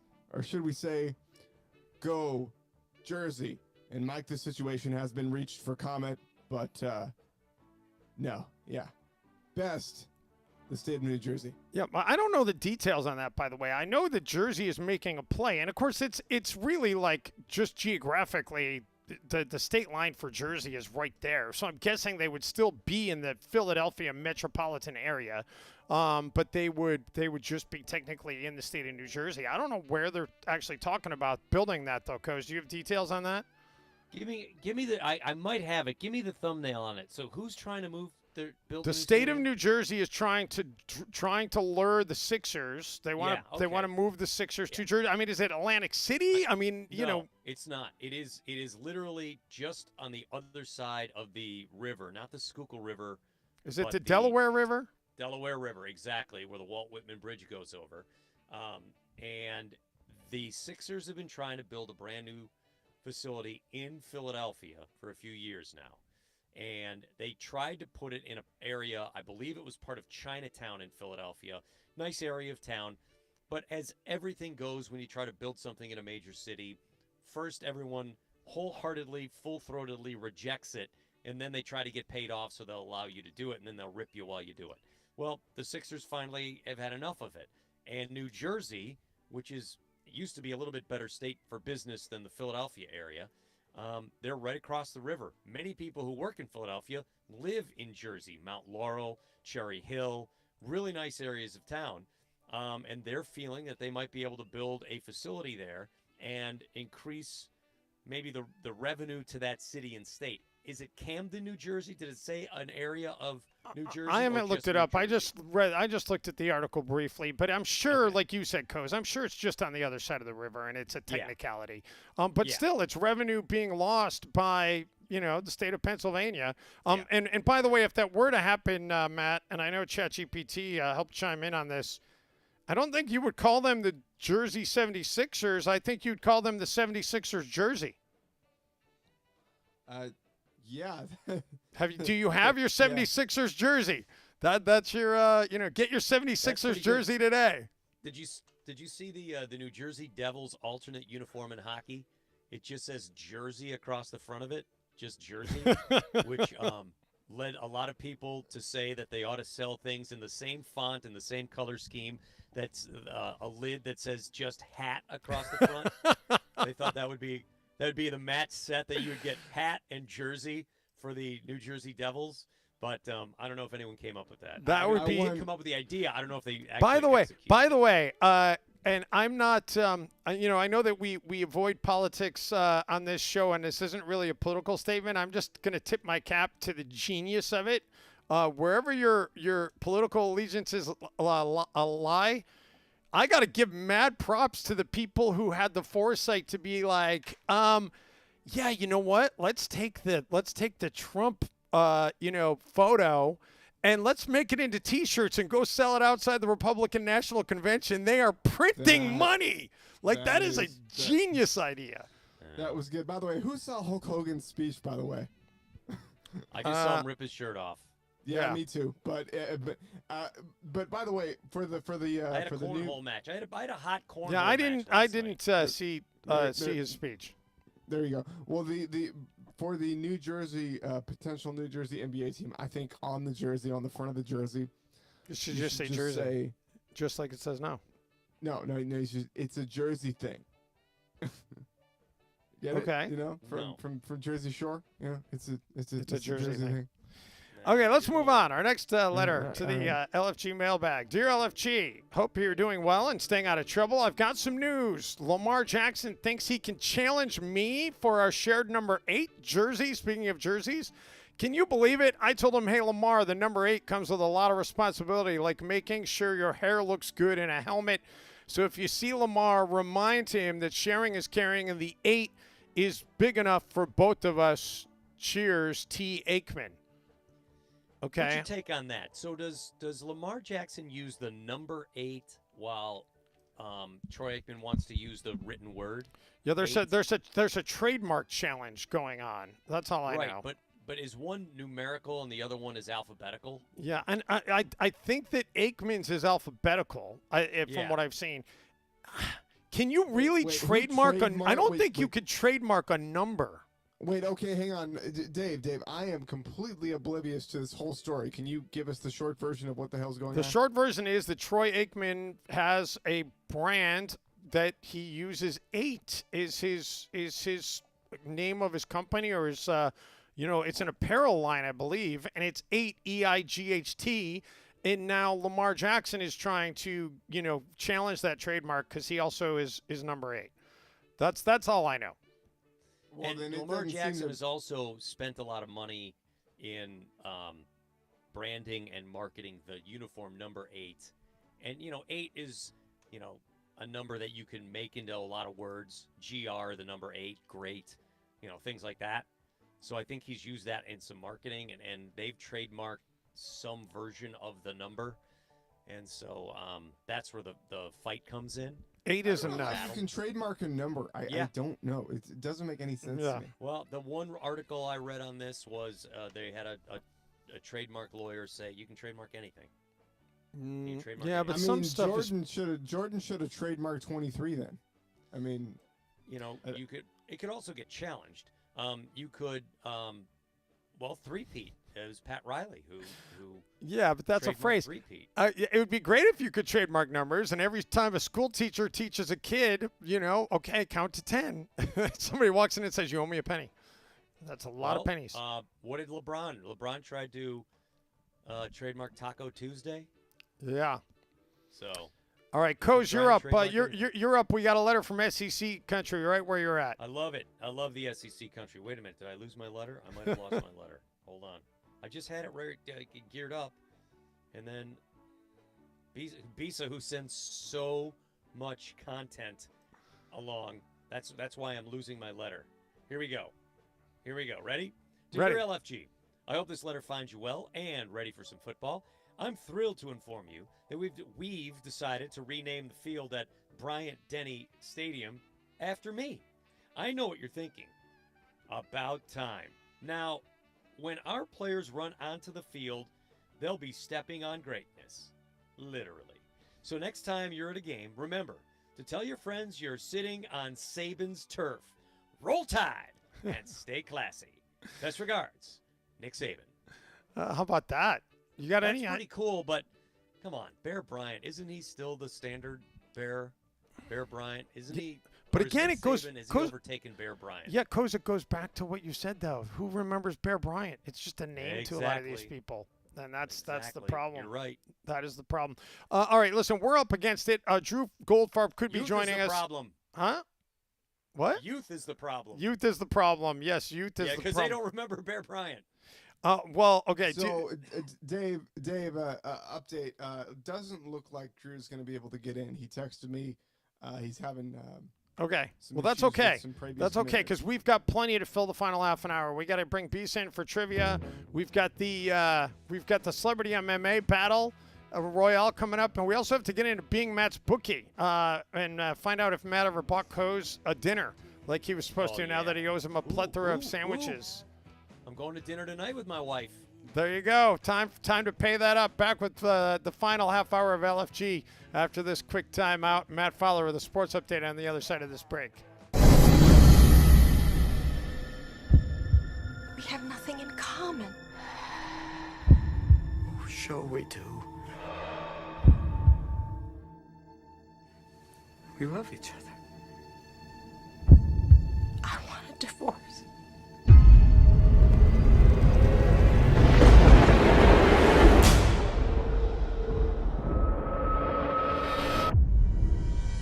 The reality, Mr. Hillard, is that your lifestyle has been very unorthodox.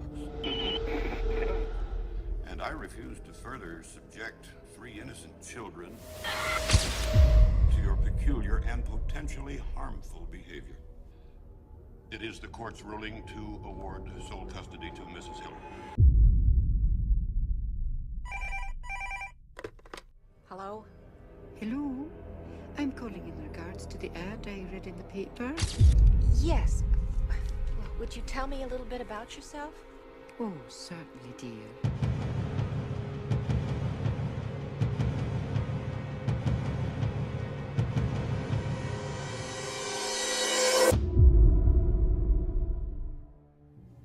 addicted to my children, sir. I love them with all my heart. And the idea of someone telling me I can't be with them, I can't see them every day, it's like someone saying I can't have air. You guys got a line with one down. You're my goddamn kid,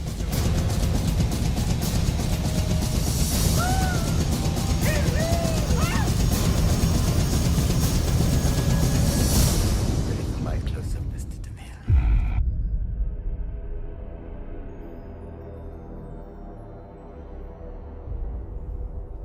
You remind me of someone.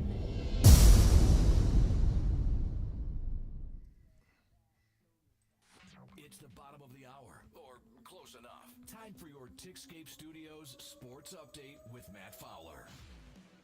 Jason Wright, the first black team president in NFL history, will no longer serve in that role and will leave the Washington Commanders after the season.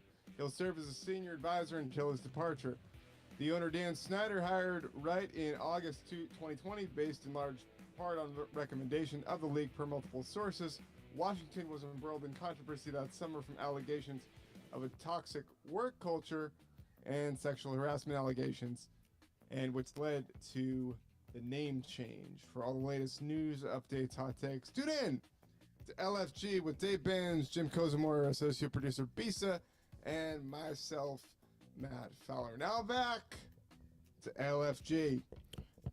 Come for the hot takes. Stay for the train derailment that is Sandwich Scoreboard Update. You suck. Wow.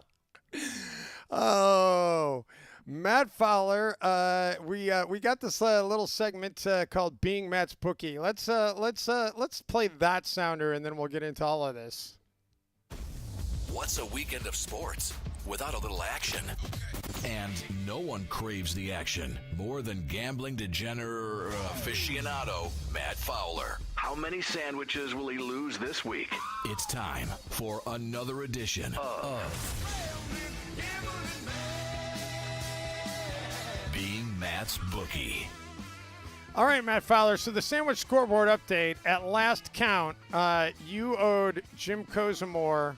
Was it 19? I don't have the paperwork in front of me. Koz, does that sound right? 19 sandwiches? It's in the ballpark. It's in the ballpark because Bisa won me a bunch when she stepped in for me on one of these shows. So yeah, it's gotten pretty ugly. And Matt owes me 14. So Matt's 33 sandwiches to the bad here.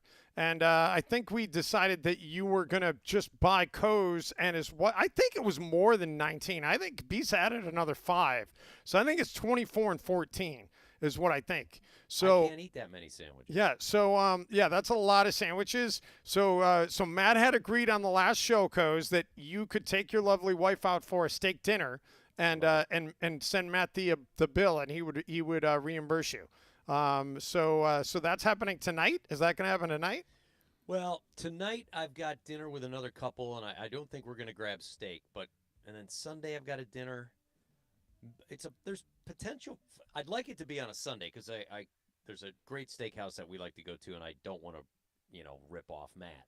And they have some good Sunday night deals. We'll make it work. But I've got a steak dinner in my future. I promise you. All right. Yeah. I absolutely. I said I'd do it, and that actually, I think by the math, that probably actually is cheaper than actually giving you 24 sandwiches. But yeah, and Matt's got go to the ballpark in San Francisco 5 days in a row money, so he's doing okay. Well, I don't anymore because that happened. I'm ordering a bottle of wine now. Oh God. So Matt, let's get this real quick, and then we're gonna bring Bisa in for the trivia segment, and then we're gonna. Well, maybe we'll do celebrity MMA first, and we'll just spend as much time with Bisa as we can to close out the show. Let's do that. Let's do celebrity MMA first. All right, but Matt, what is your bet this week for Koz and I to decide if we want to get some action on it?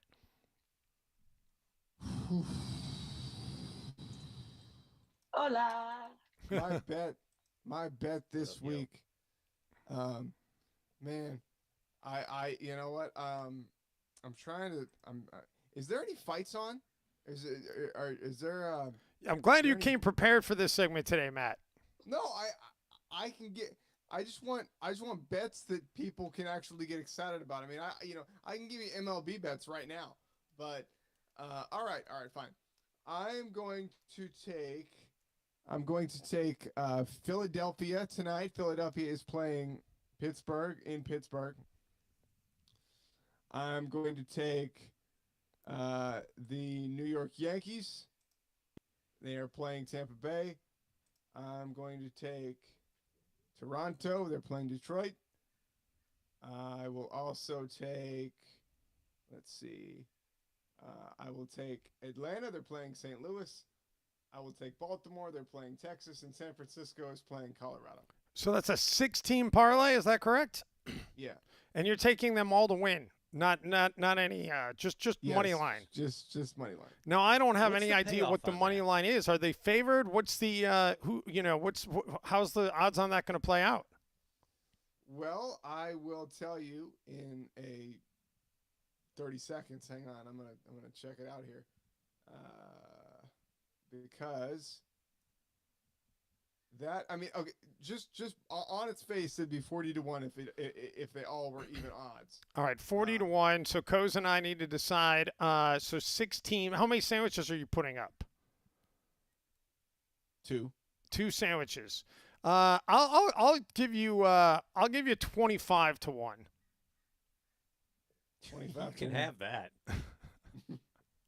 All right, so there you go. That's a done deal, Matt. There you go. You're putting up So 2. 50 sandwiches. I guess so. I get 50 sandwiches. You get if I 50. win You owe me 14. You've got to hit all 6. Now, what are the 6 again? Who are the 6? this? Hang on. The 6 are Philadelphia. Uh-huh. New York Yankees. Uh-huh. Toronto Blue Jays. Uh-huh. The New York Mets. Uh-huh. The Baltimore Orioles. Uh-huh. And the San Francisco Giants. Okay. All right. You got it. You got it at 25-1. So 50 sandwiches. Otherwise, you're going to owe me 16. And then we're going to be talking about you buying, me a steak dinner. Now, wait a minute. Hang on. If I win this thing, Then I'm going to owe you 11 sandwiches. I'm going to owe you 36 sandwiches. That's going to swing the pendulum the other way. right? But then, can I just lay off that sandwich debt to Coz too? Can I just, I mean, I suppose, but you're not going to win, so it's not going to be a problem. So, hey, did you 16 parlay. I mean, I hope you win, but you're putting I've yourself in won. a tough spot. I've won a few of those before. They are winnable, but it's tough to do. Well, Yeah. That's how they get you. We only talk about the ones we make. We don't talk about the 5 others we miss. Yeah, I want to see Floyd Mayweather post his bets on Instagram, whatever, and I want to see all the ones he loses. yeah, which by the way, all the action, we were going to talk about this with Drew. All the action right now in Vegas is going on Bronny James at 250-1 to win the NBA Rookie of the Year, which is absolutely laughable. Can we get to my Bronny James take, please? Yeah, give your Bronny James take, because we don't have a lot of time left in the show. But I do want you to say your Plenty take. of time. And I want your take exactly as you said it on the call this morning. Exactly? Yes. Course language and all? Yes. Okay. All right. In my opinion, this is going to blow up in the Lakers' face, and Bronny James' career is going to go to dog shit if it isn't already there already. Wow. Okay? If it isn't already there already, because you know what? The Lakers, I'm picking up the microphone for this one, okay?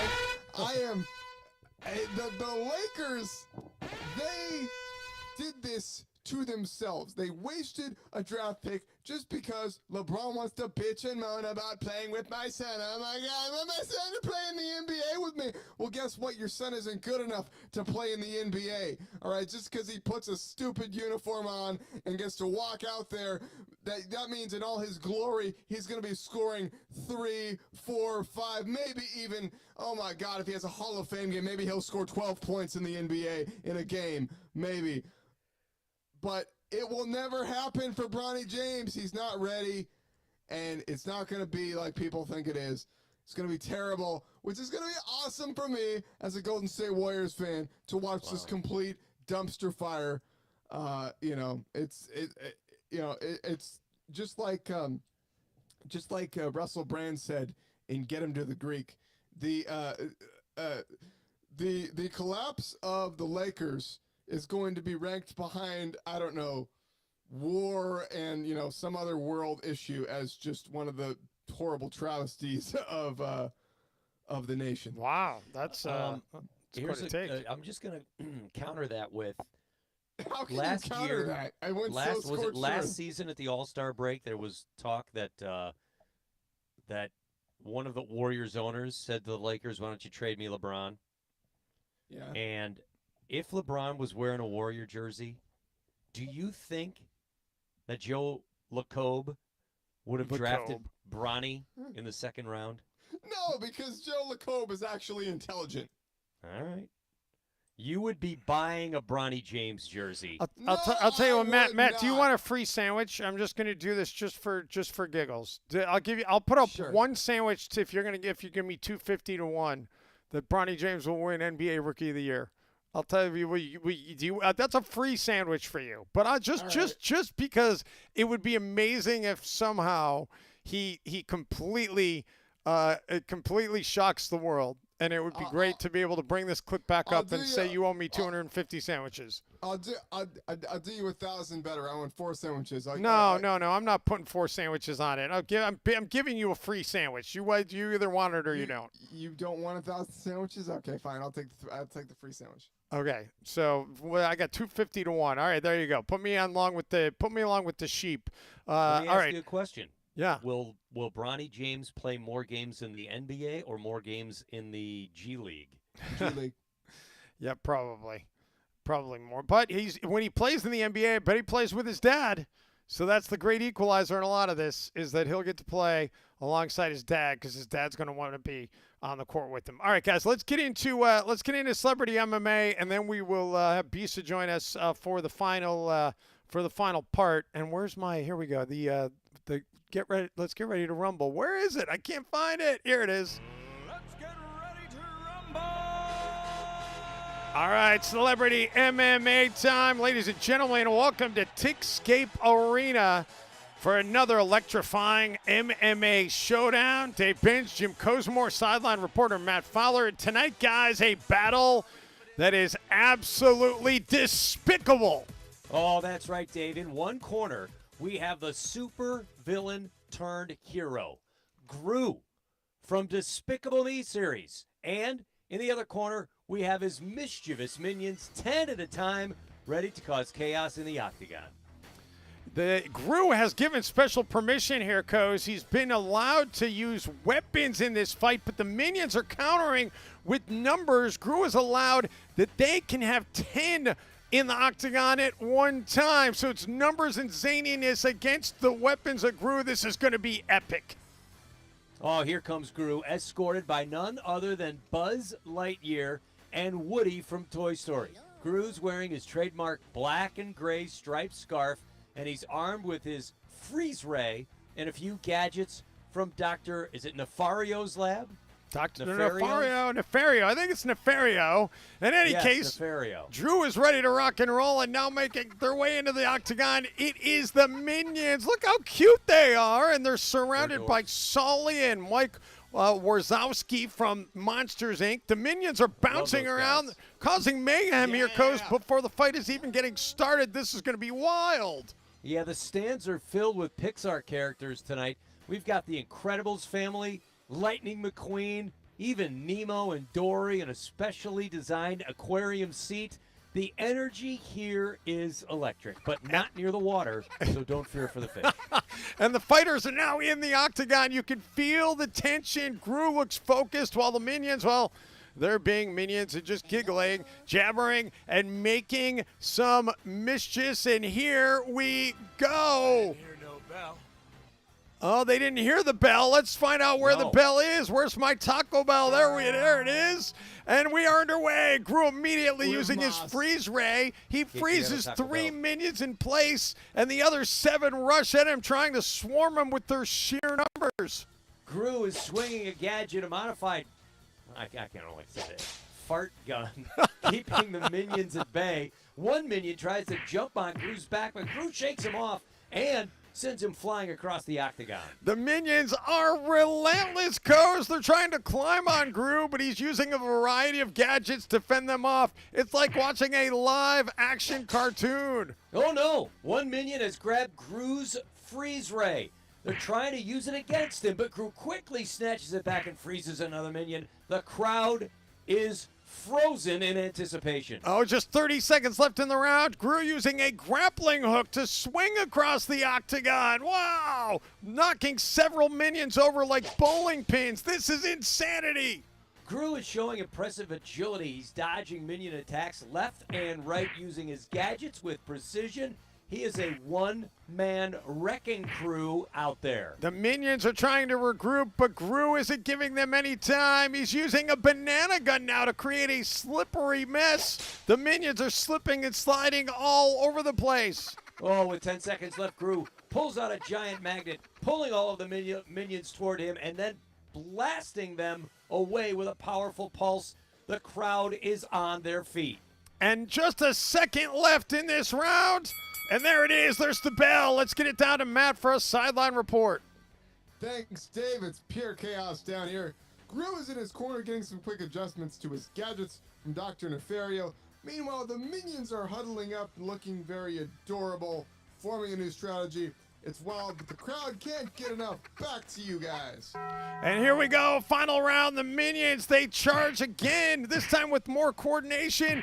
Gru's using a shrink ray now, and he makes a few minions even more tiny, and now he's just flicking them away, Coz. Is this the final round? Is this a two-round fight? It's a two-round fight. A scheduled two-round fight? Look out. A minion just catapulted himself at Gru using a makeshift slingshot. Gru catches him midair and throws him back into the minion crowd. The minions are trying a pincher move now, surrounding Gru from all sides. Gru's spinning around using a flamethrower, and he's keeping the minions at a distance. The minions are getting singed, but they are not backing down. Oh, Gru's looking a bit tired, but he's still holding his own. He uses a banana gun to create a slippery mess, and the minions are slipping and sliding all over the place. And just when you think he might be in trouble, here comes the magnet again. All the minions have been pulled towards him, and he's blasting them away with a powerful pulse. Oh, the crowd on their feet.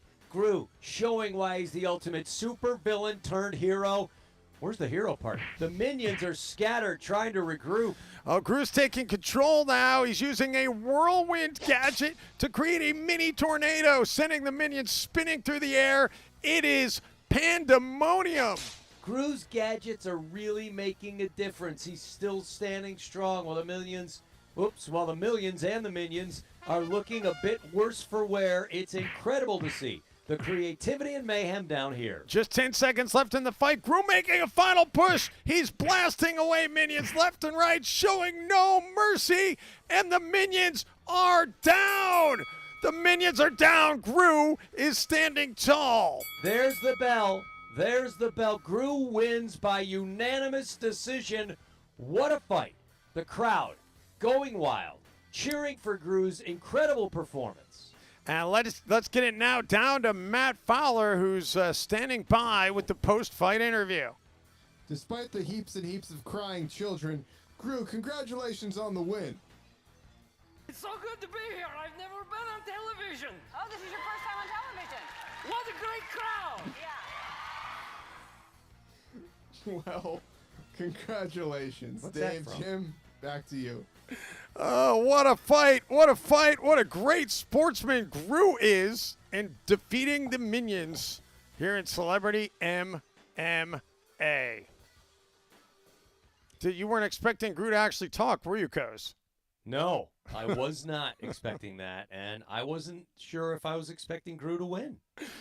Yeah, I don't know if I think the minions may have given up. They may have given up a little bit too much of an advantage in allowing him to have weapons. I think you're right. Oh, sorry for that. I mean, the minions are they're just too adorable. I think that Gru may have won the battle, but he lost the war because now everybody hates Gru because he beat the minions. He's like in WWE. He's a good guy, then he's a bad guy. He's a good guy now. I think he was only I think he was only a bad guy in the first Minions. I think he's been a good guy in all the other Minions. By the way, pulling back the curtain here for 2 seconds, Did you guys see, Dave? Did you see that clip, the WWE clip I sent you on the group chat, saying that you would be perfect for it was No, Michael because Cohen. He was just going nuts. no, because I was flying yesterday when that came, and it was not loading on my. I was envious of people who had 56K dial-up on my flight yesterday. The Wi-Fi was not stellar. Did you pay for the Wi-Fi on the flight? Unfortunately. Well, And it was lousy. They've got to reimburse you if it's not working. Then that's ridiculous. It was bad. It was really bad. Yeah. So is that part of maybe the technological? No. The issues today, no, because this was yesterday, well before any of that took place. By the way, I haven't looked today, but Coz is Apple stock skyrocketing today after that's a good point. I should check that out. Although, actually, it's A down. tough day it's a tough day for Microsoft and a tough day for, is it CrowdStrike? Is that the other? Yeah, company? CrowdStrike. Apple's down 5 cents a share. So I think they're holding steady, but it looks like the whole market is down. So that's probably a good day for Apple. That's 2 days in a row. Yeah. So that's, wow, they were down 500 yesterday and down another 400 today. Yeah. There goes all my savings. It's all over now. All right. With that, it's let's head for the big finish here, and the big finish means it's time to bring associate producer Bisa back into the mix, and Bisa is back with us. That thought on the market. Can I finish that thought on the market? Sure. Hold on, real quick. I'm going to finish the thought on the market.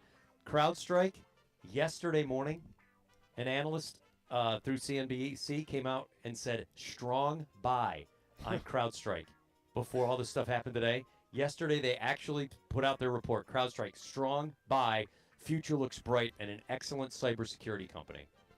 And what is their thoughts? share doing today? They're down 43 points on the day, down 12.5% after today's awful miscue with what's happening. Travel is affected. People's everyday lives are affected, and that's just a tough day for them. So maybe today's the day that's a strong buy for CrowdShare. Yeah, like the end of the about close it. of You're business down today. 12%. It might be. You know what? If you're a speculator, I'll tell you this, Matt.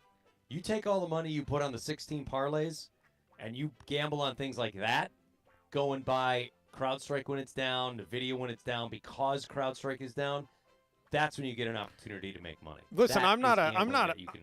I'm not an investment analyst by any stretch of the imagination, but I would tell you that so many people are tied to Windows and Microsoft, and if CrowdStrike is like delivering a big part of that to people, that's not going to change. They had a bad day and people are upset, but like it's part of it's woven into the fabric. Like that seems like maybe it might go down a little bit more on Monday or Tuesday, but if you're looking for the bottom, keep an eye on that. Keep an eye, but if you try to catch the the ultimate bottom, you're just going to drive yourself crazy. Yeah, you're going to miss If the you have boat. a good Anyway, opportunity, buy it and hang on. Let's bring in our fantastic associate producer Bisa. Bisa, quick weather check, as we always like to get with you. What exactly is I'm guessing it is pool weather today in Vegas. Well, right now it's 101, and it's going to be 108 today. So, yeah, it's going to be cool weather. Yikes. What was the hottest it got up to during that recent surge? What was the peak? 120. 120. What do you do on a day like that? Like, you could put your air conditioner at 85 and it would be cool. Yeah, we stayed inside. The air has been on 65, and yeah. 65. What is that? No. What does that even feel like as a contrast? Like if you open the door, does it feel like you've just walked on the sun? Like, it kind of does. What's that? Yeah, just from 65 to 120 immediately. Yeah, we just keep it on that. Like, he really likes it cold. Like, I feel cold all the time, but I rather feel cold than that because I can bundle up, but he can't take off skin. Is that what you say? You can't take off skin. Hilarious. Oh, that's great. Yeah, I did get insane sunburns on one of the days at the baseball game. So I can take off skin. Skin's been coming off for the last few days. That's a little too much information there, Matt. Too Oh, much. come on, Too much that's what information.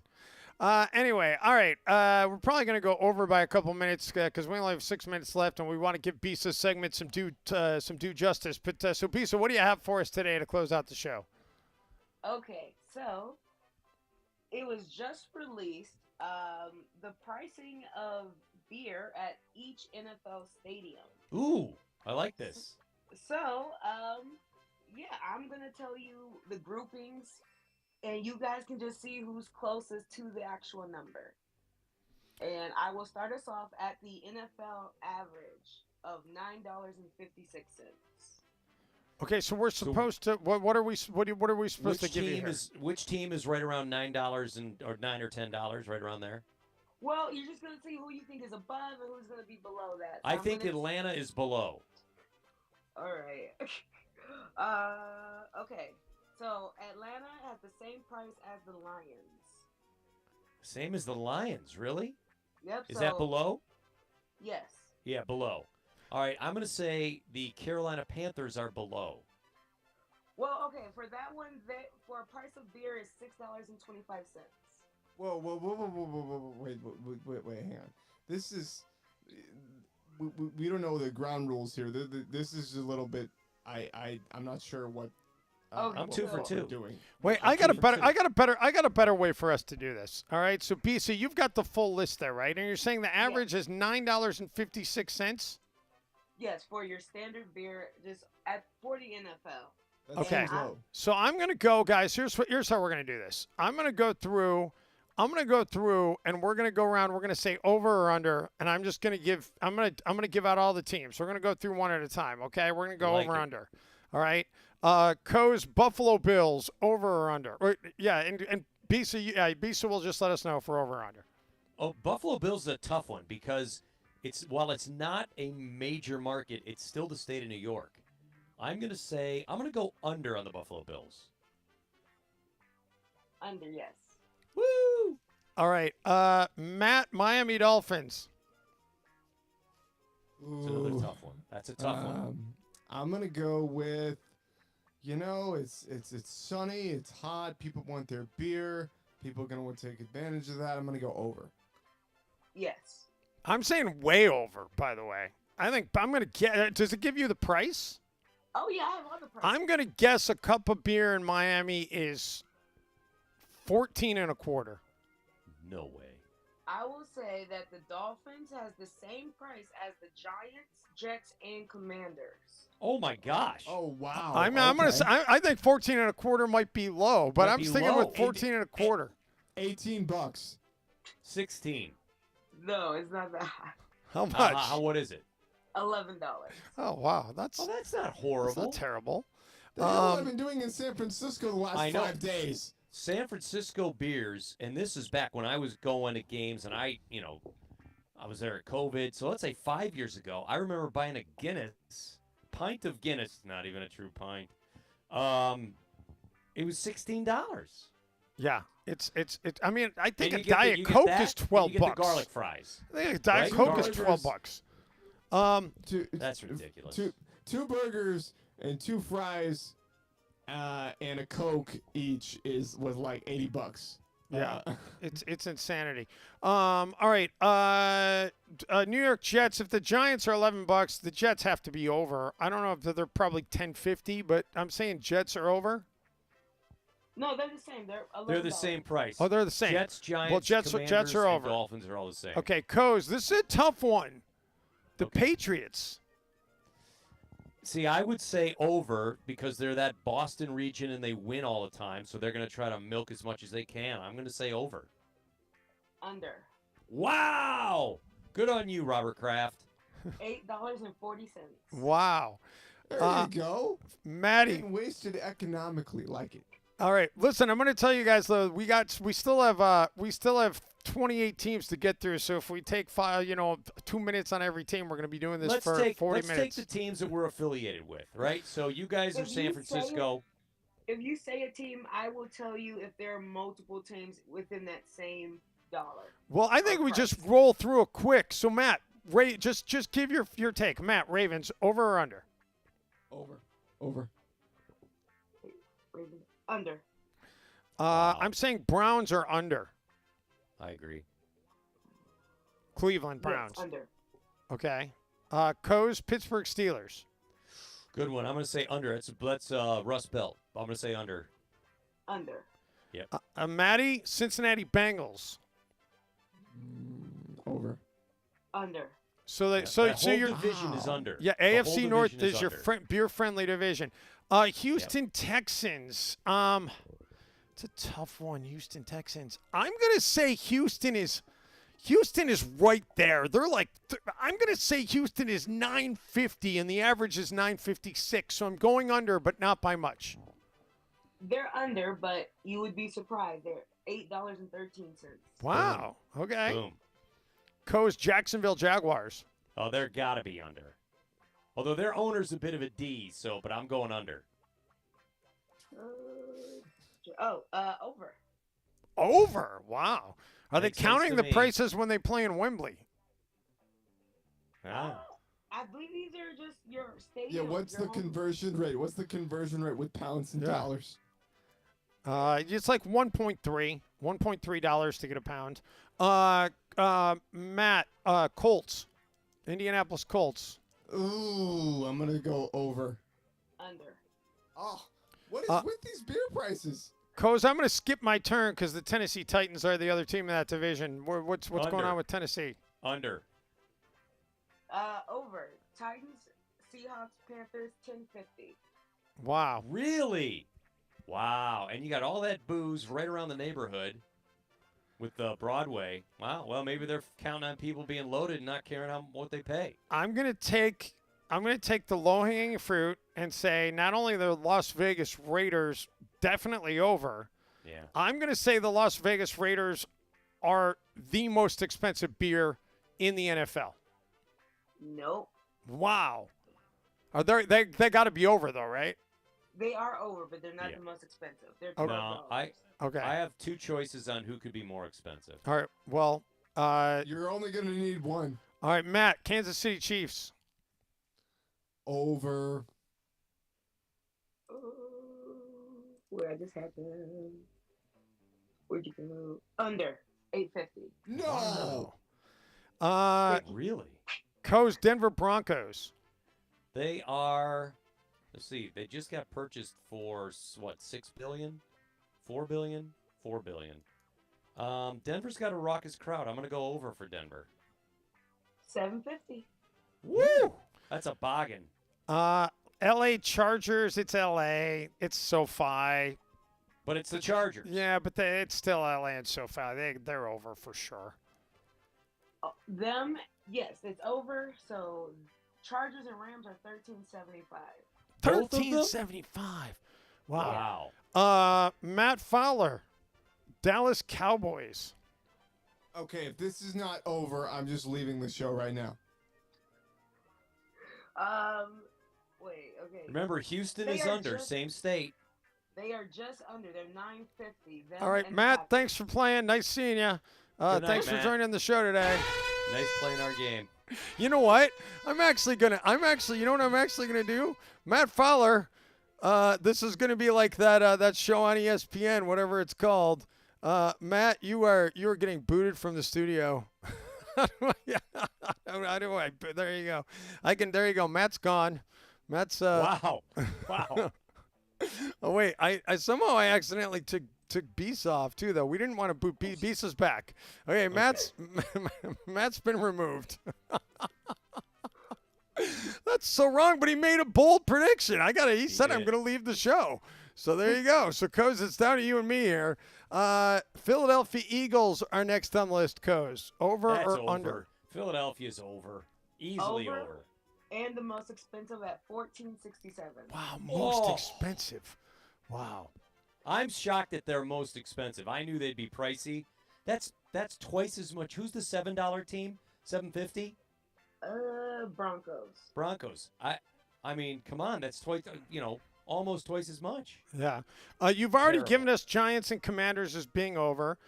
Detroit, you've said is you said they're under. They're on par with who Coase said first. I'm going to say potentially. Have we given the lowest in the league yet? Yes. Lions and Falcons at 625. Okay, I'm going to say in the neighborhood for that is this next team because people would riot in Green Bay if they didn't have access to beer at a fair price. So Green Bay's got to be near the bottom. They're definitely under. 950. Wow, they're only under by 6 Really? cents. You know what? That's right around average, right? Yeah, 956.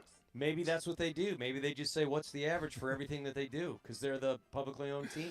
Coase Vikings, over or under? They are going to they're going to be under. Under, yes. Vikings, Colts, and Texans at $8. Okay. Dub Bears. That's the Bears are tough. Way over, I'm saying. Yeah, I gotta go over just because it's Chicago, but yeah, I don't think it's over by much. I'm gonna say about $10. Okay, they have the same price as the Bills. If that changes things. And you told us what the Bills were, and I forgot. So is it over or under? It's under 880. Ooh, all right. 880. Really? Interesting. Tampa Bay Bucks goes. Tampa Bay Bucks are going to go. I'm going to go under. Under 863. Yeah. New Orleans Saints. I'm going to say that they're under. I agree. The Saints, Jaguars, and 49ers have a beer at 1150. Oh, so they're over. Saints are 1150. I would have guessed the 49ers. Wow. You said the Saints, the Niners, and who's the third team? Saints, Niners, and Jaguars. Wow. Wow. Okay, so you just gave us Saints. Atlanta Falcons we've already given is under. Panthers under. 49ers over. LA Rams got to be over. Well, they're the same as the Chargers. Oh yeah. Okay. The last teams are Ravens, Cardinals, and Browns. Oh, and Bengals. Well, we did the Bengals and Browns. Yeah, so and, Cardinals, you going over or under? I'm going over on Cardinals. It's close to Scottsdale. I'm going over. It's close to Scottsdale. Cardinals and Ravens are at 813. Oh, they're under. And what about Seattle? I'm going to go over. That's the last one on the board is Seattle. You're going over. A lot of money. Where'd you go? 1050. Wow, so they were over. Yep. All right, so we were fairly decent there. I feel like that's an average price. But I do feel like there's actually more teams under than over. I feel like the ones that are over are bringing up that average because they're way over. Yeah. Yep. Anyway. All right. Well, that's gonna do it for our Friday edition of LFG, our bonus edition. We're making up for our short editions that we had. I think next week we haven't talked about it, but Coase, we're gonna be flexible to try to accommodate Coase if he can. Coase, if you can do the show next week at some point from Stamford, Connecticut with your Olympic coverage, then we will accommodate that schedule. And if not, then I think we'll probably try to do it on Thursday from 10 to 12, but 10 to 12 Pacific. But we'll see what Coase's schedule brings. Sounds good. I'll let you guys know. All right, Bisa, thanks. Matt, sorry we booted you off the show, but that's what you get when you make bold proclamations. And Coase, good to see you, man. Have a good time in he brought it on himself. in Connecticut. All right, guys. See ya.